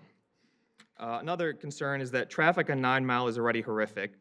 Sometimes it makes me late to class, where I should be studying right now, but I'm here. Imagine what this would do to the already existing issue. I'm also concerned with the lack of details and analysis done for the development. I've heard so many if, and, maybe, buts, and it's just pretty concerning to me. Please take into account what makes this corner of Farmington Hills so special. Protect the wildlife, the woods, and the quiet that we all cherish. Thoughtful, balanced planning can keep Farmington Hills growing without erasing what makes it home. It doesn't sound like there's been a whole lot of planning going on. There's a lot of ifs, maybes, and buts. I find it kind of concerning that the phase 2 is a maybe. It seems like it's very in the air, but why would they be upscaling the utilities and everything? It sort of seems like phase 1, if they get it, is sort of a go-ahead for Phase 2, which is honestly the more concerning part. For our house, we're in the little circle neighborhood on 9 Mile and Inkster. And the drainage pipe for the Wellsprings place actually exits like 10 feet away from our house. And we have a walkout basement as well as what's it called? Septic field. So we have been experiencing a lot of flooding issues there. I'd really like to hear more on what they're going to do for the runoff, despite already having issues and the pipe literally being right behind our house. I had to work with my dad to actually drill a hole in the basement to put in a new sump pump. So I am really concerned with how many questions are up in the air, and I'd like to hear some more definite answers. Thank you. you. Ray Mattson to be followed by Bonnie Hollander. Good evening. Okay. I don't know if we're talking basically on Phase 1 or Phase 2, but my concern is with Phase 2. I've lived in Farmington Hills for 77 years. I grew up on a house on Watt Street, but I still live in Farmington Hills. And the conservation area that they're proposing, I believe, should be extended further south of the current line. And the water, I'm very familiar with the flooding and the water zones in that area, because I'd say I lived there till I was 22, so we played there quite often, and we couldn't get into the woods, even in some of the conservation areas. The flood zone, I think, goes further west of it backs up to the properties along Watt Drive. And so I think that the conservation area should be improved or made a little better. Also, I was concerned there was a sewer connection, I believe, in Phase 2 that goes into the main that flows north on, that does all the houses on north or north of the proposed 2, or along the side of the proposed 2 area. And a city worker, this was quite some time ago, came around and said there was a partial collapse in that sewer line. And I don't know if that was ever, they said they were going to put a sleeve or something in there.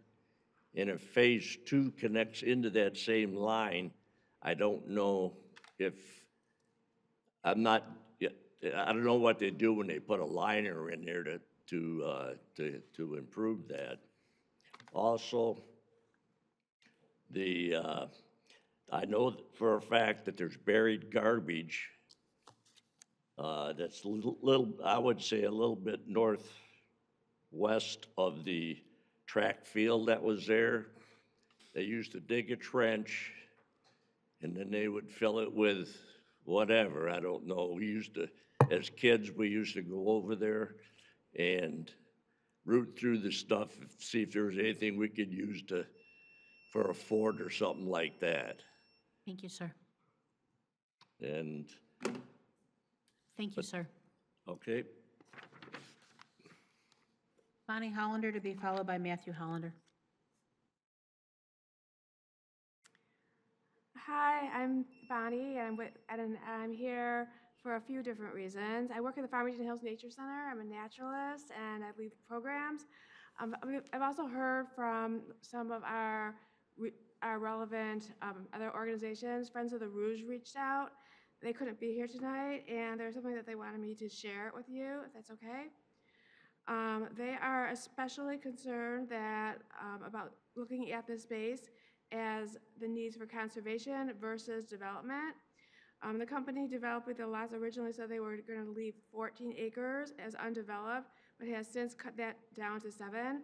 I know there was some conversation about this, but I don't quite understand the development talks to, so I wanted to emphasize that regarding the river there, that it is an especially high value for our ecosystem and it really needs to have a increased attention on that as well. Just as a community person that works in the city, I see kids every day that come to the park, and I often say to them, the only reason we have Heritage Park is because one woman stood up and refused to sell her property to developers. They would come out with stakes and pull them out, and the developers would come back, and eventually they raised her taxes so that she couldn't afford it. Eventually, they were able to make an agreement with the city of Farmington Hills, and that's why we have our beautiful Heritage Park. So I'm not sure how that fits into this conversation, but I wanted to share that with you, to look at this truly as a beautiful gem that we could preserve in our city. Thank you. Matthew Hollander to be followed by Paul Gallo. Good evening, Mayor and council members. Just wanted to say, first of all, I'm a lifelong resident of Farmington Hills, and I love living here. And one of the things I love about this place is that we'd be able to mix housing and communities and development with preserving green spaces. So there's a lot of things I first of all really like about this plan. I like how it preserves a lot of green spaces, but one thing that I wanted to mention is that I've heard from Oakland County, people have talked about Oakland County Parks, the Six Rivers Land Conservancy, Friends of the Rouge, and the area that we have in the northern part of this parcel, particularly the 17 northernmost acres, are a truly rare thing. It's something that even in our own city parks, we don't have woodlands at this quality.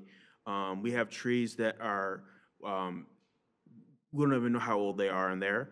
You know, you can go onto our own city website and look at our old aerial photography, and you can see that there's this preserved area of woodlands that an area prior to development, it was all farmland. So this is an extremely old area of woods of beech and maple forest.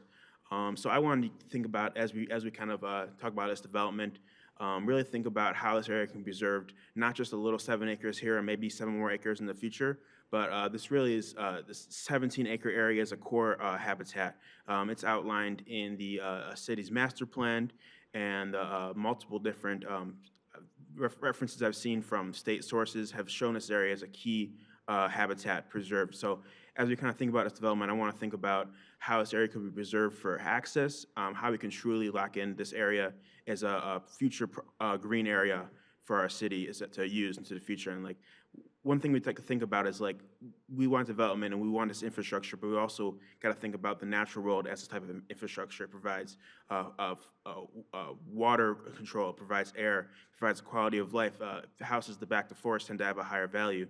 So just kind of a lot of these things we want to think about as we go in. And then also another thing to consider, I mean, I know the developer wants to develop this place, and I would like to kind of, as we kind of go throughout this progress, to think about the future of this land. And there's very few 80-acre parcels left in our city. This would make a really, truly phenomenal park. I don't know if it's truly feasible to truly maybe preserve this area in its entirety, but at least trying to think about this in the sense of preservation. This is a truly remarkable piece of land. And I'd really like the city council and mayor to really think about this going forward. It's something that's adding a lot of value. You know, we live in a city that's about growth, and I like the development. I don't mind seeing new houses, but we have to kind of make that balance.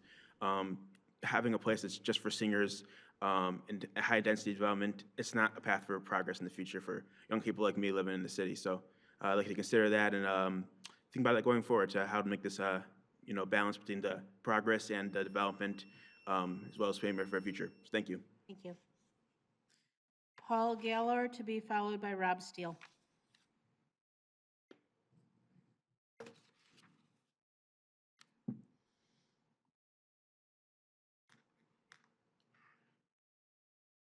Hi, good evening, Mayor and members of council. My name is Paul Galore, and I want to share my concerns about the proposed Wellsprings development. Firstly, the loss of trees. The project looks to remove more than 316 trees. Many of them mature and well over 100 years old. And that's what makes our neighborhood so special. And, you know, they provide shade, clean air, and critical habitat for our wildlife. So I'm very concerned about that. Secondly, the traffic. 9 Mile is already so busy.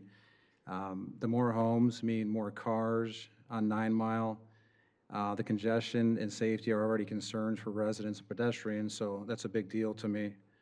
And thirdly, the impact on wildlife. The area has woods and wetlands are home to deer, birds, other animals that will be displaced once the construction begins, so it's a big deal. And finally, the noise. The noise and disruption, long-term construction will bring noise, dust, and disturbance to the nearby homes and families, so that's a big deal to me as well. So for these reasons, I respectfully ask the council to hold off on approving this project until maybe a full environmental and traffic review can be completed. Protecting our trees, wildlife, and, you know, our quality of life should be a part of every development decision. So for that, I want to thank you for your time and your consideration. Thank you. Rob Steele to be followed by PG.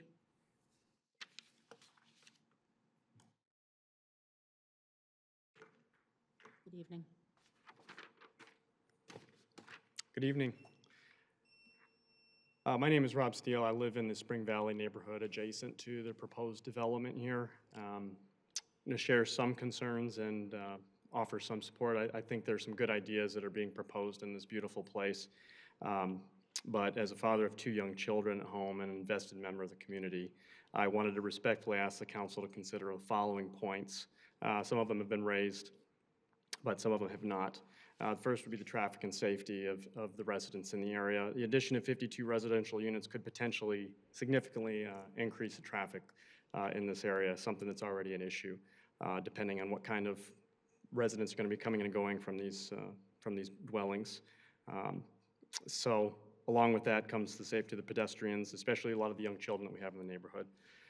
The neighborhood character. The proposed modern attached unit condominium design seems rather inconsistent with the existing character of the nearby neighborhoods, as was mentioned by Ms. Knoll. There's some really beautiful neighborhoods in the area and homes, mostly mid-century, and it just seems like these don't really fit with that, although I acknowledge that it's nice to see that the single-story concept was retained. I had looked at something in the past that showed much different plans, but I'd really believe that this preservation of the architectural integrity of this area is essential to maintain our community identity, our property values, and of course the character of the neighborhoods. The environmental and privacy concerns, some of which have already been raised, these mature trees along the shared property line on the east side of the property there, it looks like some of those may remain, but wonder what could happen in phase 2 that would potentially negatively impact all of the residents in that area. And the construction impacts, I haven't been exposed to any of the complete plans, of course, but it certainly will introduce local disruptions. I just wonder how that could impact the longer-term welfare of the residents in the area. The most concerning thing for me, though, and for our family, is that there's been limited information provided regarding the intended purpose or occupancy of this proposed housing. Transparency about whether this development will be market rate, age-restricted, or intended for specialized housing is essential for residents to understand its long-term potential impact. So we have some concerns about that. The current neighborhood proposed for development already accommodates a residential foster care facility, and while we value this inclusion and community support for all residents, there have been prior safety concerns involving individuals leaving that facility unsupervised. I respectfully request that the council ensure appropriate oversight, communication, and coordination with our police and safety services for any new development to preserve the security and well-being of the surrounding community. I appreciate this council's attention to these issues and urge careful consideration of how this project will affect our Spring Valley neighborhood, our traffic safety, our environmental quality, and neighborhood cohesion.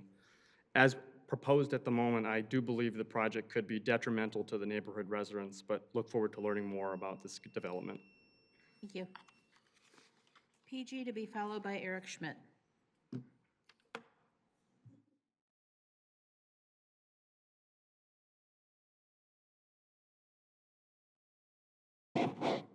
Good evening to everyone. I was in another city, and they had a groundbreaking for a development called Wellspring. And this particular concept came about because a man lost his son to a drug overdose. And the same concept is Andy's place. I think it's Jackson, Michigan. I need some clarity to find out, since the name Wellspring is being used, cluster development, is it a violation of using the same name of another existing business? I just need a little bit more clarity. The groundbreaking ceremony that I went to in another city, I like the concept because it's dealing with our at-risk community, homeless people. It's dealing with veterans that are suffering from mental instability. And these people need care, and they also need another opportunity to get back into and integrate into society. So can they explain a little bit more about the housing? You know, you got to remember what Robert Gibbs said, the character of what you're doing should fit with the character of the neighborhood. So if I'm understanding the location of this place, this is Wellsprings between Inkster and Middlebelt, that right now is a Lutheran service, and they provide counseling and rehabilitation and 24-hour care if a person is sent there from the hospital. So are these going to be, and the picture just looks like I'm not even really sure, but will it match the character of the houses that are across the street? I think, like this gentleman was saying, that he lives in those houses. I'm for the services that a Wellspring would provide, but I'm just not clear on the houses. And when you say affordable housing, what is affordable housing? Is it houses that are 250, 330,000, or is affordable housing considered 30% of your income? Who's the target audience? Or who's the target people to live there? I just want more clarity. Thank you. Thank you. Eric Schmidt, to be followed by Angela Hamoud.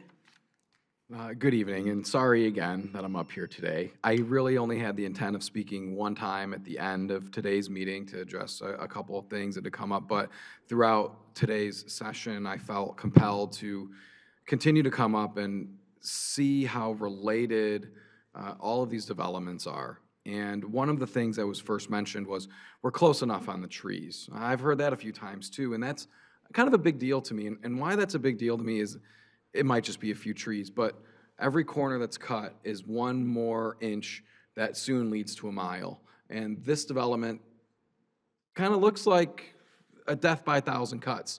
Pretty soon it's going to be a little bit more and a little bit more and a little bit more until, well, don't worry, there's 10 trees left that you guys can have here in the city. And I think that that's one of the major concerns that I would have with this particular development. Quite honestly, this looks better than a lot of the other developments that I've seen. I will give credit where credit's due, but to follow up on PG's point as well is what really is affordable housing these days, and how are some families going, even 55 and up, going to be able to afford that? I understand that the process has to go through the contract phase and more very specific details, but I think having a solid price point on what you would want to sell these houses for would probably be something that everybody would be interested in hearing about, and I would hope that council would really take that into consideration as well as they're continuing to review a plan like this. $300,000 for somebody that's 55 and up.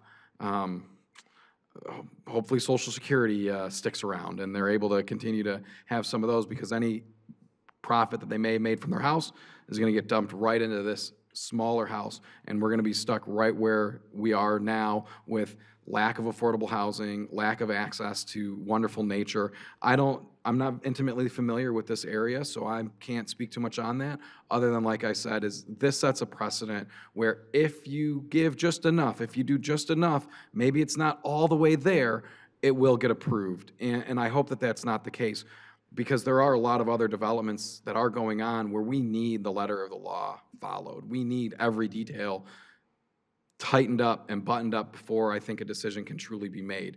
I really appreciate that the city council voted down that last measure, and I would hope that some of the same reasoning that was used for that one would be used to vote this one down, or at least give these folks more of an opportunity to guarantee that some of the stuff wouldn't happen. Friends of the Rouge, if Friends of the Rouge have a beef with this, I would definitely be listening to that and take them very seriously, and would give them an opportunity to come and present what findings they may have before you do take a final vote. Sorry I wasn't as fiery as the last time, but I'm a little tired here. I got a cat that needs to be fed. Jimmy would probably appreciate that one. Angela Hammoud, to be followed by Kevin Livingston.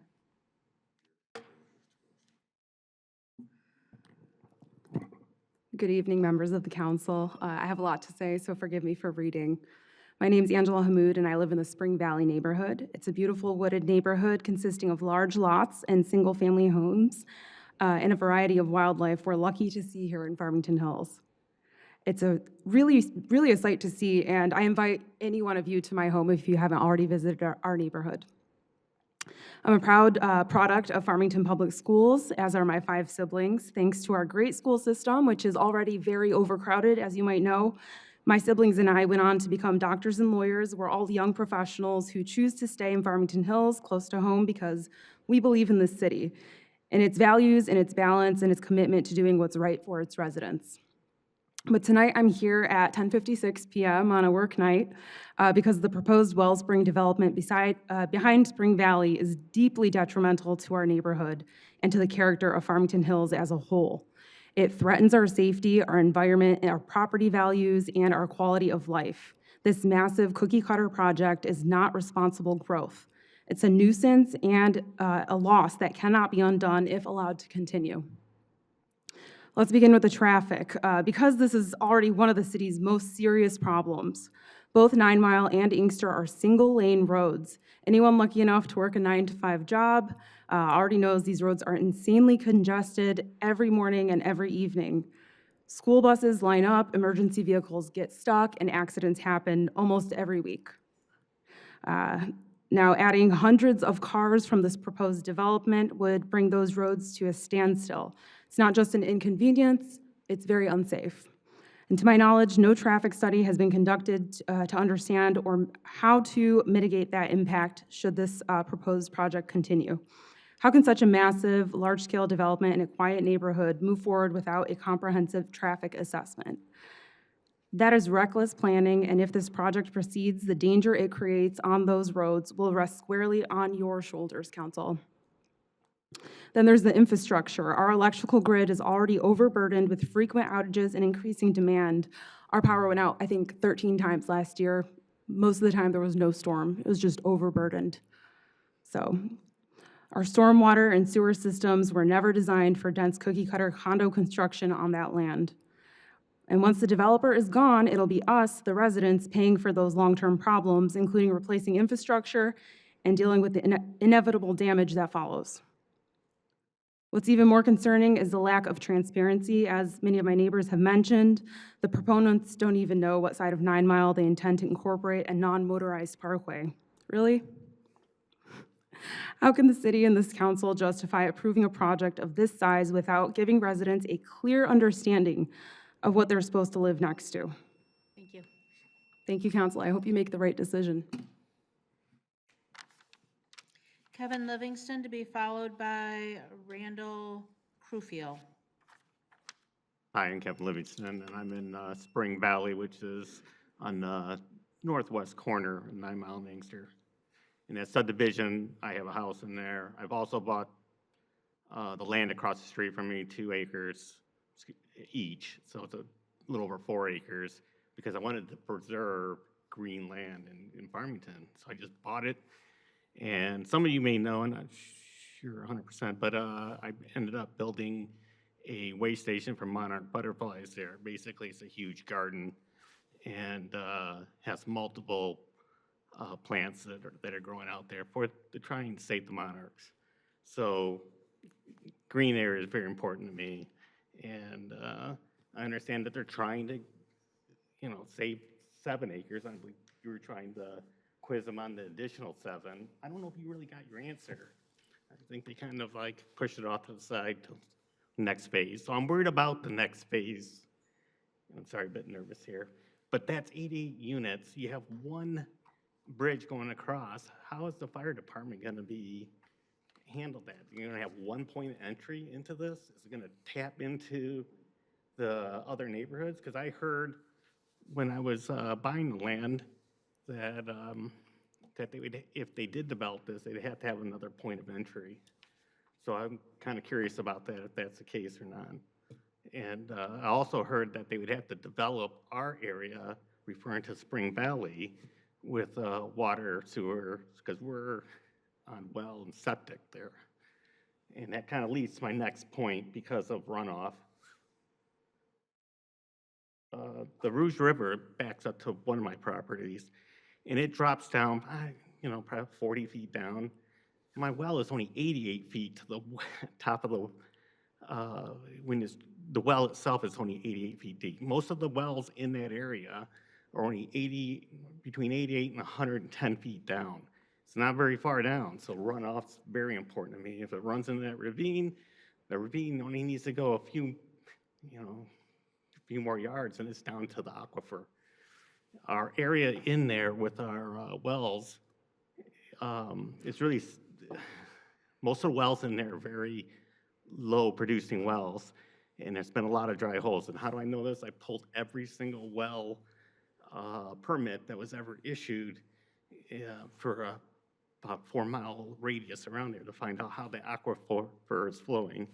And because I was really concerned about my house, because it's very low well pressure there. And a lot of the homes in our area has had multiple wells drilled to make sure they can have the pressure. So I'm concerned about the aquifer, how building this may affect the aquifer and the ground layer below. And sorry. Thank you. Thank you, sir. Just want to make it, please give me 30 seconds. There is a pump station at 9 Mile and Inkster. I always heard that they had to tap into that, and that's why they have to go through our neighborhood.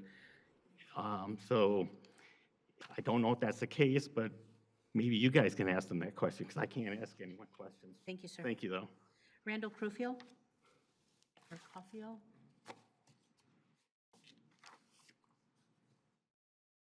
Randall Caulfield, 27550 Spring Valley Drive. I don't really have much to say. I think the gentlemen have done a good case of presenting the Could you positive speak into the aspects. microphone, sir, and address the council? I think the gentlemen representing the development have done a good case of presenting the positive aspects of the project. I think you have heard serious concerns by some of the people.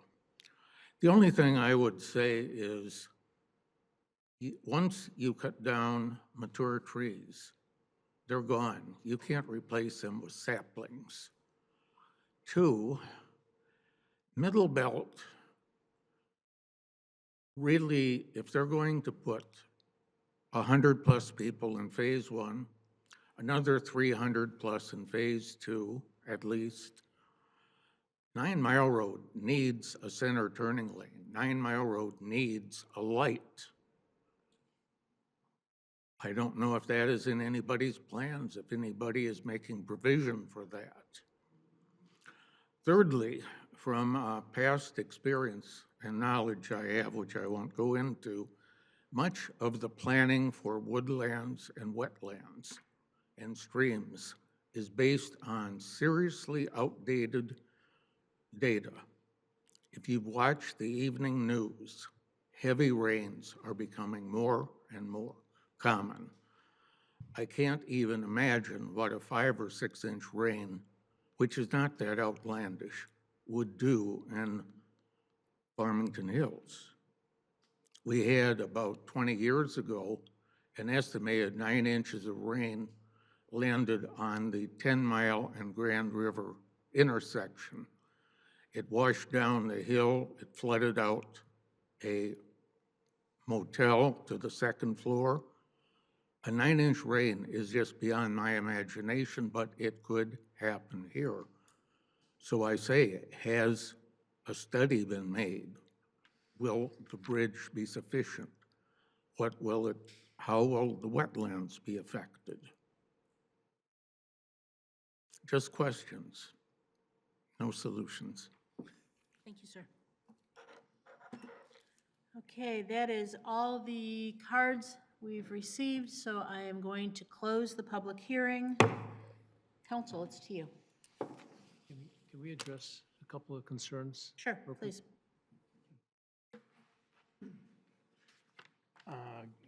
First item, traffic study. We did have a traffic study completed. It was completed by Tetra Tech. It was submitted, first of all, it was scoped by your engineering department, by your traffic engineer. Our consultant went and did the study, both phase 1 and phase 2. That was submitted back to the city. Your traffic consultant did a review and concurred with our findings in the report. Phase 1 doesn't warrant any improvements to 9 Mile Road, but phase 2 will. There'll be some mitigational things that'll have to occur within the 9 Mile Road right of way. Also, there seems to be some of the community members expressed their reservation on the size of the conservation that we offered. And there seems to be some pushback in that site to the north. So if we are at the position that Wellspring Lutheran is a strong community member, and as a community member, understanding the neighbors in the community, we would be a proponent of increasing the conservation easement if a positive outcome of tonight's decision comes from the city council to 14 acres. 14 acres? Yes. So if that's the case, we will record it into the minutes and memorialize it.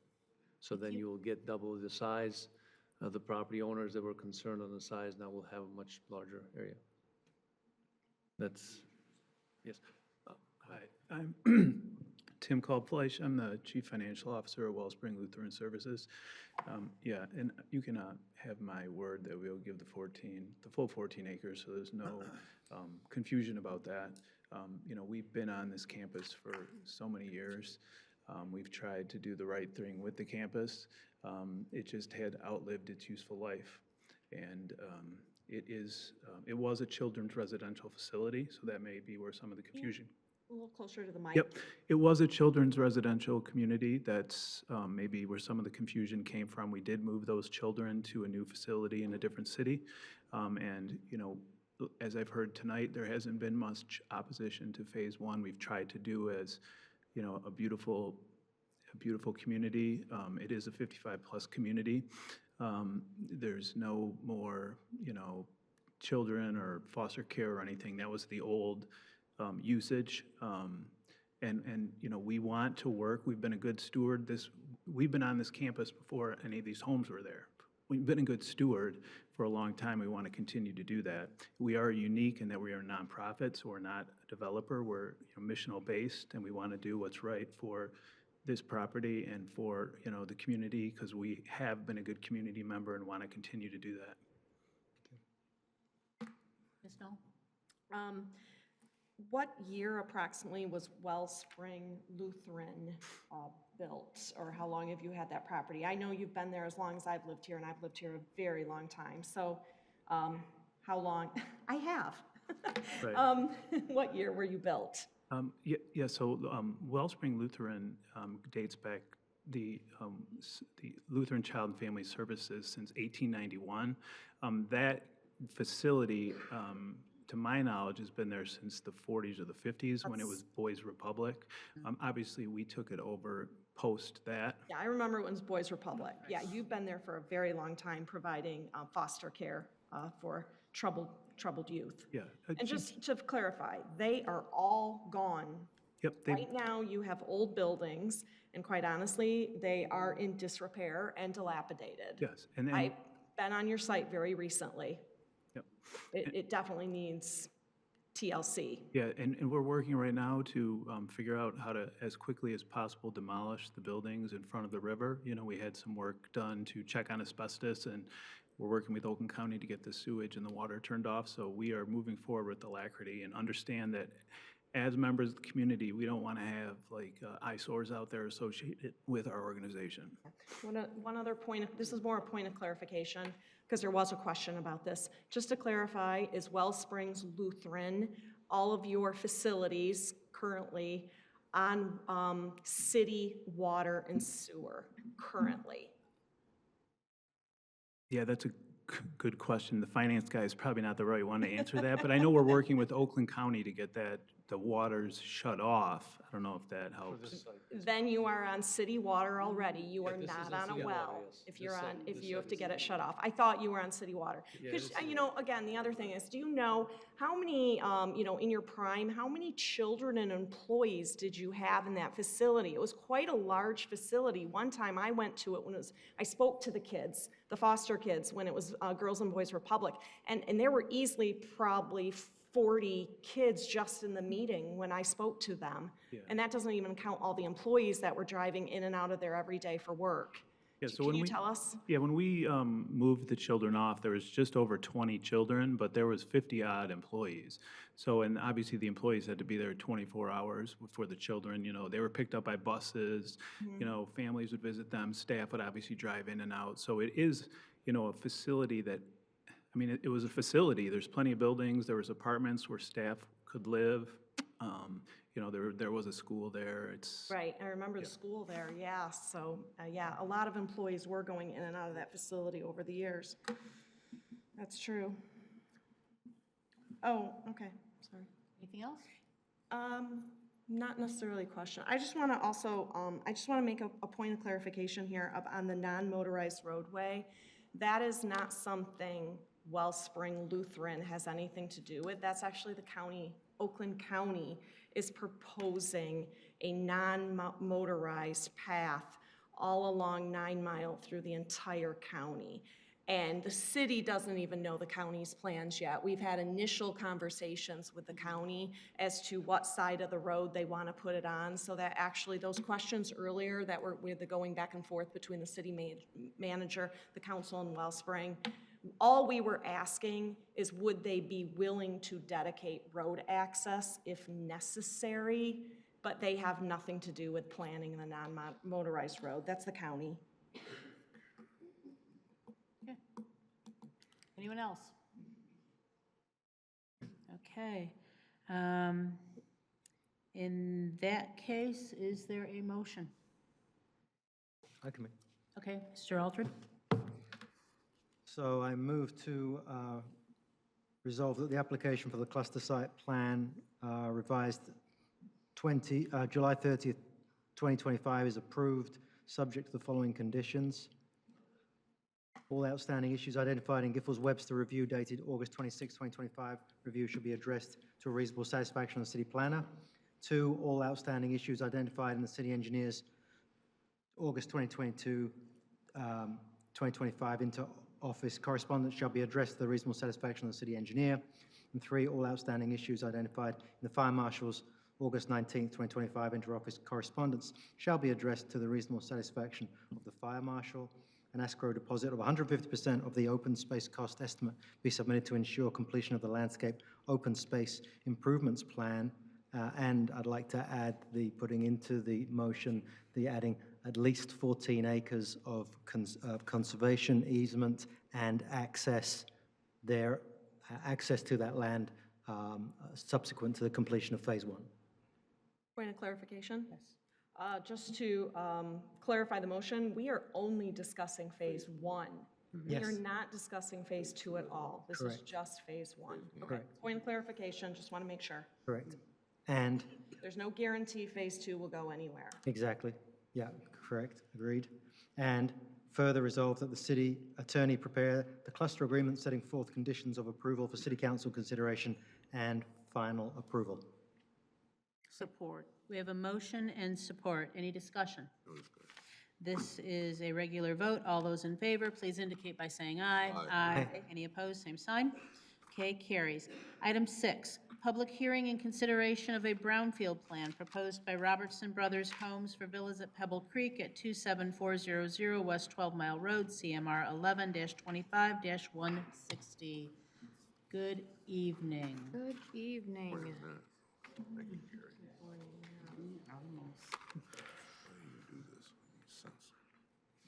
All right, and folks, shut the door when you go, please.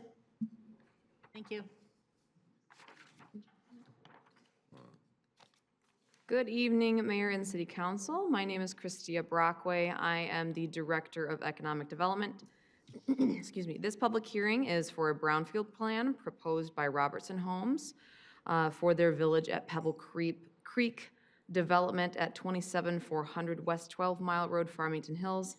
They are looking to propose a brownfield plan that includes the removal of contaminated materials, groundwater treatment, and asbestos mitigation. They are also looking to demolish an existing building on site. Following their demolition, the Villas at Pebble Creek project includes historical preservation of the existing chapel, construction of 76 condos, sidewalks, pedestrian pathways, utilities, landscaping, and conservation of green space. The purpose of this plan under Act 381 of 1996 is to promote the redevelopment and investment in certain brownfield properties throughout the city. And the activities proposed in their plan are eligible as defined in Act 381 of 1996. At the October 27, 2025 City Council study session, Robertson Brothers Homes presented their proposed brownfield plan for villas at Pebble Creek at the 27400 West 12 Mile Road. And this is also known as the former Sarah Fisher Center. So their proposal of their project includes a demolition of over 115,000 square feet of building space minus the chapel, 76 single-story detached condos and 4 single-story homes, an approximate project investment of $46.8 million, and a total build-out of taxable value of over $23 million. The brownfield eligible activities include environmental assessments and activities, deer care planning, demolition and abatement, including asbestos, demo, monitoring, etc., preparation, implementation of the brownfield plan, 15% contingency and 5% interest, with a total eligible cost of $3.9 million of a brownfield proposal. Robertson Home Brothers is with us today. Should you have any questions, I will allow them to show their presentation to you. Thank you. Good evening, Tim Lochran, Robertson Homes. I want to be mindful of your time tonight. I know we've seen this before, and besides, it's past Jim Clark's bedtime. So I'm happy to kind of blow through it, answer any questions. Adam Patton with Pynchon is here to answer any kind of those technical questions. But you've seen it, and certainly want to be mindful of your time. So let me know if you just want us to answer questions or go through it. Council, we've seen the We've presentation. seen this, they've been before us now We've been- probably we've about been through this a few 6 times. Yes, you have. Yeah. Yes, you So- have. It's not new. I'd like to make a motion. Well, no, hold on. I second that. Oh, no, you may not. So, all right, so this is just the public hearing, and then item 9, so this is item 6. Item 9 would be where a council would make a motion. So I'm going to open the public hearing. And this is a public hearing on the brownfield. On the brownfield This is not a public proposal hearing on only. the actual, Okay. Which has been approved. Done that already. we did that a long time ago. Okay. Going once, going twice, I have no cards. The public hearing is on the brownfield development is now closed, and we are going to continue next. Thank you very much. To item 7, consideration of amendment to planned unit development plan 4-2000, cutting edge cuisine kitchen and storage addition, CMR 11-25-161. Good evening again. Good evening again. Charmaine Kettler-Schmaltz for the item.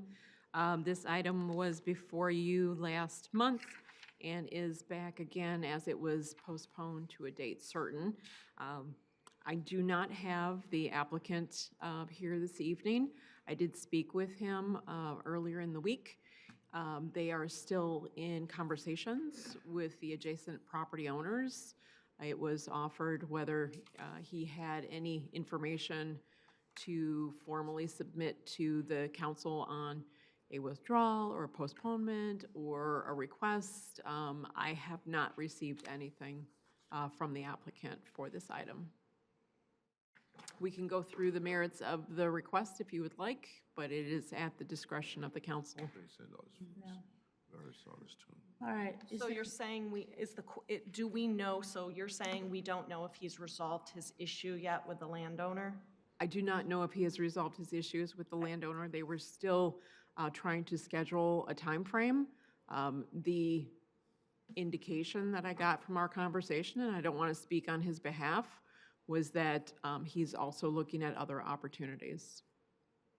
Topic, is that his meaning? Is that particular point Perhaps substantive? operations in another community. Again, I don't want to speak on behalf of the applicant. Topic, is that with lack of resolve substantive to our decision tonight, or can we move forward a decision without that agreement? If I may, Madam Mayor? Please. Yes, well, it appears, if council will recall, you postponed last time to provide an opportunity for the representatives of Grand Sakwa to meet with Mr. Sklar and talk about this. It sounds as though they have not yet gotten together, although he hasn't formally requested a postponement. I think because we have word that they're still trying to connect with each other, and I have reached out to his attorney and did not receive a response back yet either, but it does sound like they're still attempting to communicate regarding this. It seems to me that a postponement would probably be appropriate in this circumstance, especially since they're not here at this time. I'll make Madam Mayor, I'd like to make a motion that we postpone the amendment of a plan unit development plan for 2000 cutting edge cuisine, kitchen, and storage addition to the next date available. Will it be sometime in January be good, Madam Clerk? December 8th would be the next. December 8th, do you think that's sufficient, Mr. Attorney? If that is an agenda that would be available for an item like this. We have the 24th. Is that going to be enough time? I think that might be pushed. December or what? I think that's too soon. I think that's too soon. January. Might be better to wait until December to get the, So you gonna go January? No, December. December December. 8th, We have is a it? meeting December December 8th. Okay. My motion will read that postpone to December 8th. Okay, we have a motion. Is there support? Support. Okay, we have a motion and support. This is a regular vote. All those in favor, please indicate by saying aye. Aye. Any opposed, same sign. Okay, carries. Item 8, consideration of approval of Planned Unit Development 1, 2025, Agreement for Towns of Wood Creek, CMR 11-25-162. Good evening again. Good evening again. We have before you the agreement, which is the codification of the PUD plan, which was reviewed and approved, recommended for approval by Planning Commission to City Council and approved by City Council earlier this year, following the public hearing on July 14th, 2025. They are still moving forward with the plans. The agreement has been drafted and reviewed by both sides and is now in a format ready for council review. The applicant is still here. Should there be any questions for them on this topic? Okay. Any questions? A motion, please?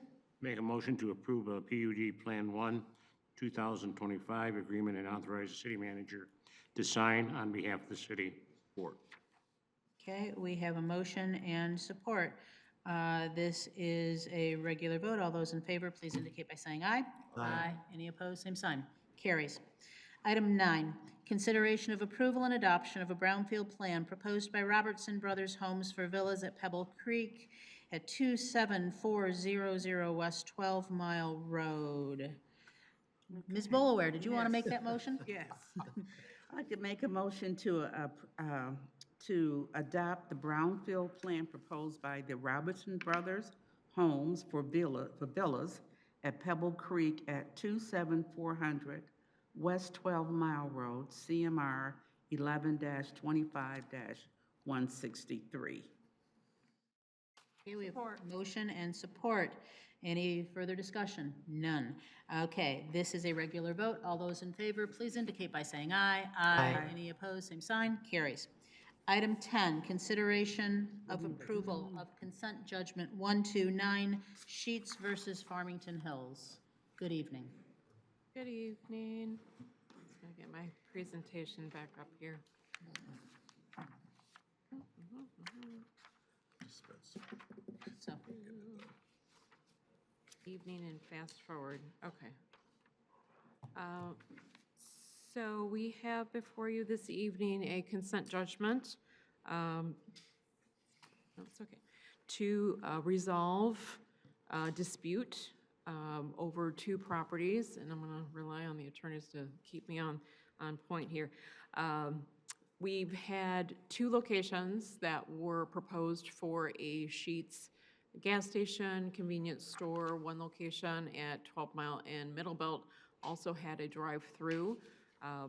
The secondary location at Middle Belt and Grand River did not include a drive-through restaurant.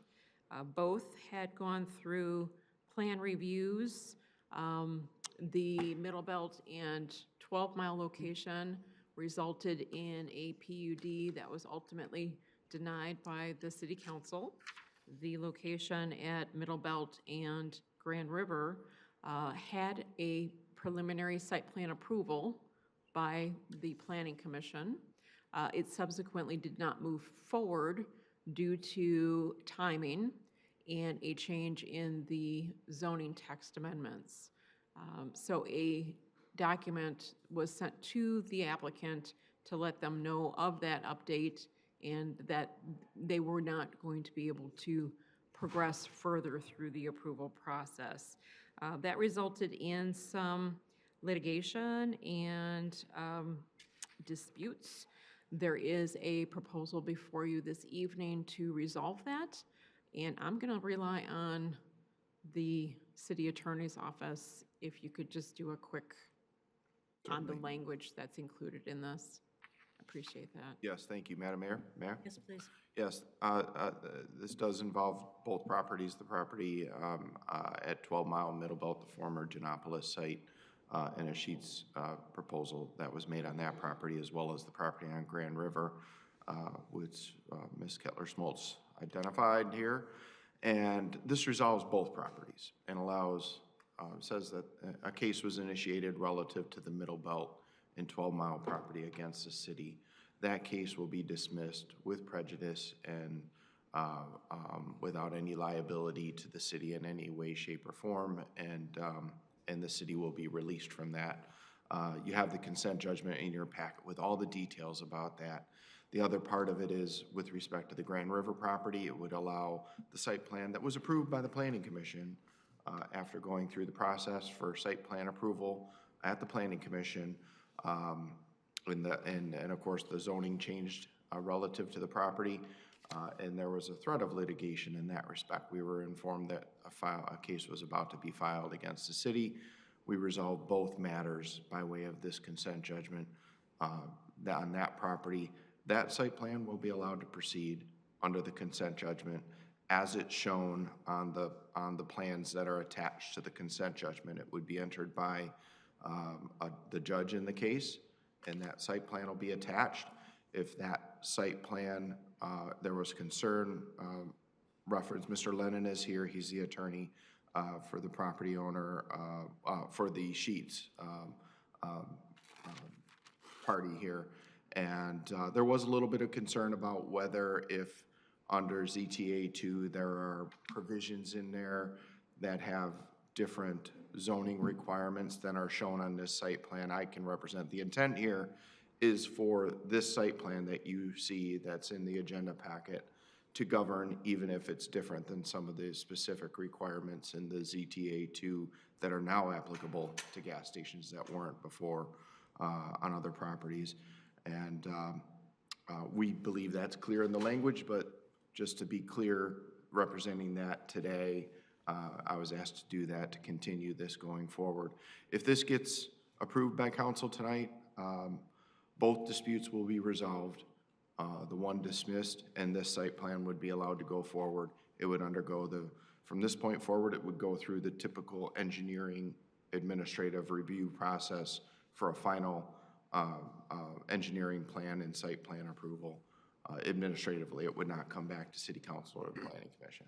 If you have any questions, happy to answer them for you. Okay. We have one resident that has asked to speak on this matter, so why don't we do that, and then we'll take on our questions. So PG?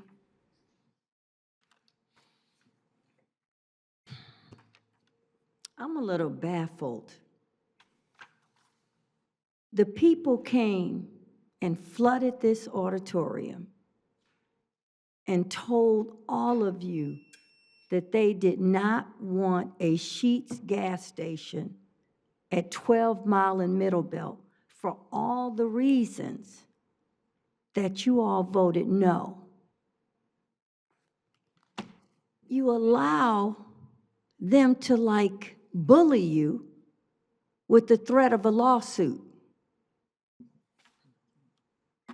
Were the people told about this lawsuit and the extent of the lawsuit? Had you all agreed behind closed doors in a COW or a study session that I wasn't here for, that doing a consent agenda or a consent judgment would be appropriate? You're ready to vote on that and the people have not read that? I'm going to ask that you respectfully not vote on it tonight. Bring this back and read that, or give us as taxpayers a copy of that so we can read it. They just got one approved on 12 and Haggerty. They need to be a couple of miles up on 12 and Middle Belt. So what are they planning on doing? Putting a Sheetz gas station on the entire 12-mile corridor? It just doesn't make sense. And I'm feeling some kind of way because it seems like this was avoided being put on the agenda until after the election. Because if this was put on the agenda before the election, it could have possibly been different results. I don't like it. It doesn't feel right. It doesn't smell right. And I'm going to ask you respectfully that you not vote on this consideration. If you do, then you're going to have to answer to the people. Thank you. So before there's a motion, two things. One is that this is not approving a Sheetz at 12 and Middle Belt. It's the consent judgment. That says that we will not. All right, okay, all right. Okay, and I would like to disclose to council that I received contributions from two of the owners of the Grand River property. The total is $2,225, which is 1.5% of the total I raised for the entirety of the election. I do believe I can make a vote that is dispassionate of that, but if this gives any pause to a member of council, I will abstain from voting on this matter. Okay, hearing nothing from anyone, then is there a motion? Okay. I'll make a motion that the consent judgment number 129 and the accompanying exhibits are approved and the city manager is authorized to finalize the document and exhibits for filing with the court and to sign on behalf of the city. Mayor? Yes. May I just make another point of clarification? Yes. I just want to make sure the residents aren't confused on this, okay? So Sheetz proposed a location at 12 in Giannopolis. It was denied. They sued us, and they took us to court. As part of the proceedings, the settlement in court, they are not getting a Sheetz at 12 in Giannopolis.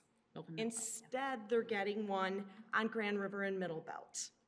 The residents that came before this council and were adamantly opposed to Sheetz were opposed to the location at 12 Indianapolis. I was opposed to it, not because I'm anti-Sheetz. I actually like their food. I've been to the one in Pennsylvania.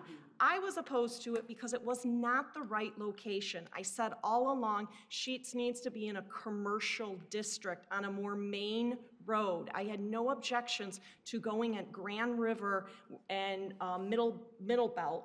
There's no residential housing there, single-family residential housing. Grand River's extremely commercial. So as part of the settlement, it was decided that they would drop their claims to the Middle Belt and 12 Mile location, and instead they would get to go forward with the Middle Belt and Grand River location. And the reason why it's just before us now is because literally they just signed off on this in court. It had nothing to do with the election. And it was on our agenda, and the agreement, for anyone who wants to read it, was in our city council package, which was available just like all the other items that we discussed tonight. So we were transparent.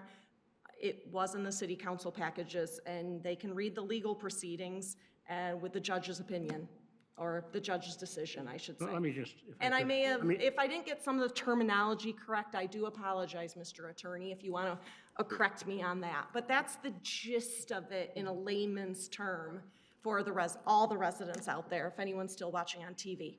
So Mr. Dwyer and then Ms. Bolaware. Let me just add that when we voted on the Middle Belt 12 Mile Road sheets, the entire council, 7 members denied the request.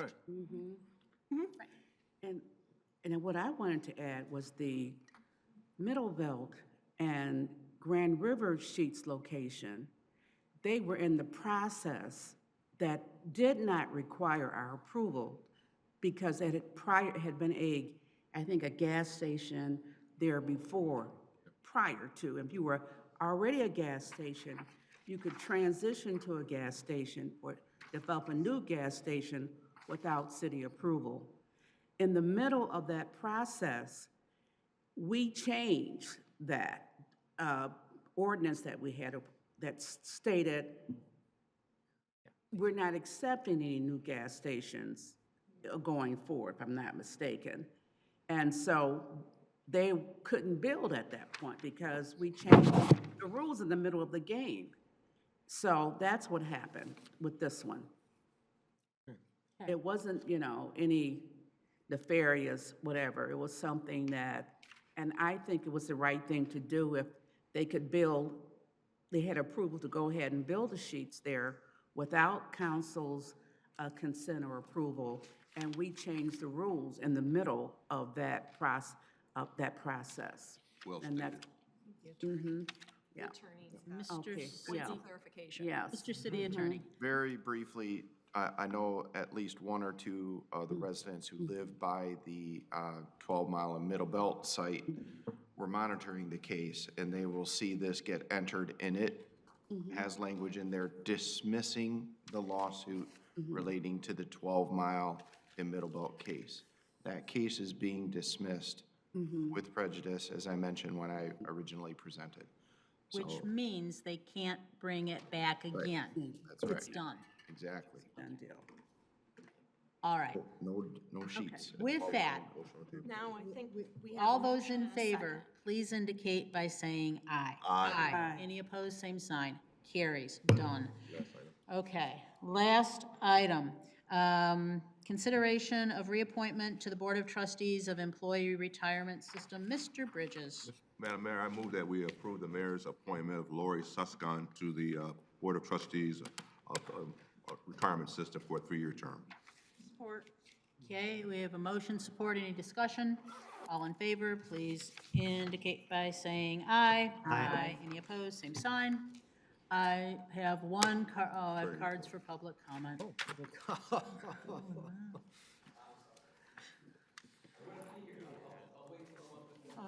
Mr. Schmidt. Good evening again. I'm very sorry for taking up the time, but I would not be here today speaking if twice made requests were honored. And that twice made request is a statement regarding the Moby and the Chaldean Council denigrating the citizens next to the 13-mile PUD. Simply stating some sort of acknowledgement that those statements were out of line, the election is over.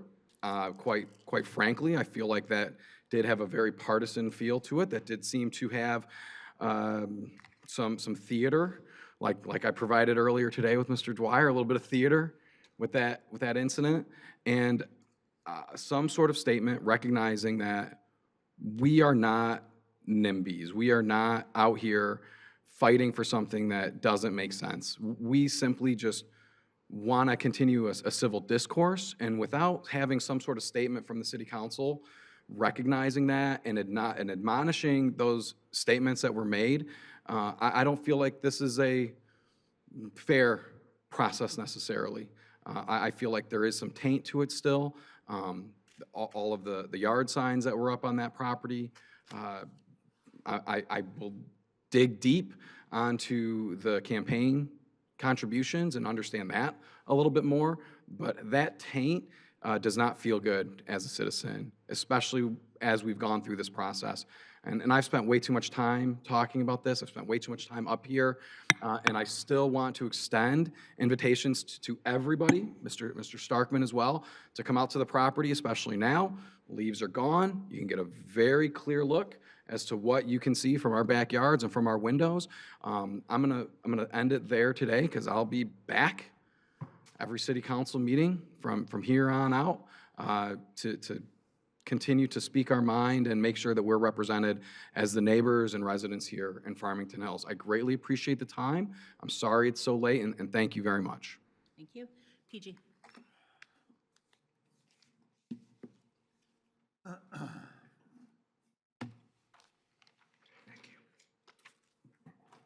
Good evening again. I am so glad that this election is over. In all the years that I've been a precinct delegate, that I've campaigned at basically one location, I have never seen a nasty election like this election was. Promises made, promises that won't be kept, campaign signs coming up missing. I'm appalled and surprised that people that run for election do not know where campaign signs are supposed to go and where they should not go. Everybody knows that you don't put campaign signs in a right-of-way. I saw a whole bunch of campaign signs in the right-of-way. And when you talk about leadership, you can't ask people to obey anything that leadership would make as a rule if leadership themselves are breaking the rule.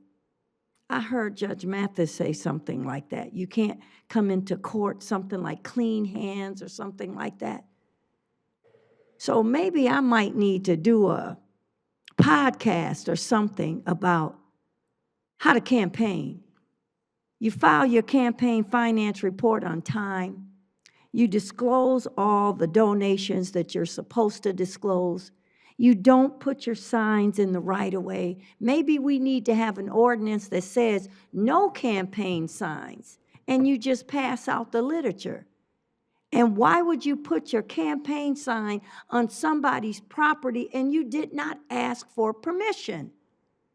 And if you put a sign out, candidate A, and candidate B doesn't like it, does candidate B's volunteers have a right to take that sign out of the ground? And is that a misdemeanor? We need to establish some better rules in this city for campaigning, but more importantly, rules that the candidates and that the leadership would follow. It looks so ugly to be on a corner that is public property or somebody else's property, and you see 5 signs today, and then you come back tomorrow, 4 of the signs are gone except for 1. It just makes you think, who took down the other 4 signs? I don't like it. I'm glad that this is over. I'm sick and tired of nasty elections. Everything should just be nonpartisan. But I can't wait to get the 30 firefighters that we're supposed to be getting. Thank you. We have attorney report. Yes, you have my report. I have no changes to it. Thank you very much. Thank you. Okay, so next meeting is going to be November the 24th. We are going to begin at 5 o'clock with a study session, which begins with the swearing in of our new council. And this will be followed by a study session, conversation in this council chambers on the next activity center, the replacement of the Costic. With that, we are adjourned. Good night, Farmington Hills.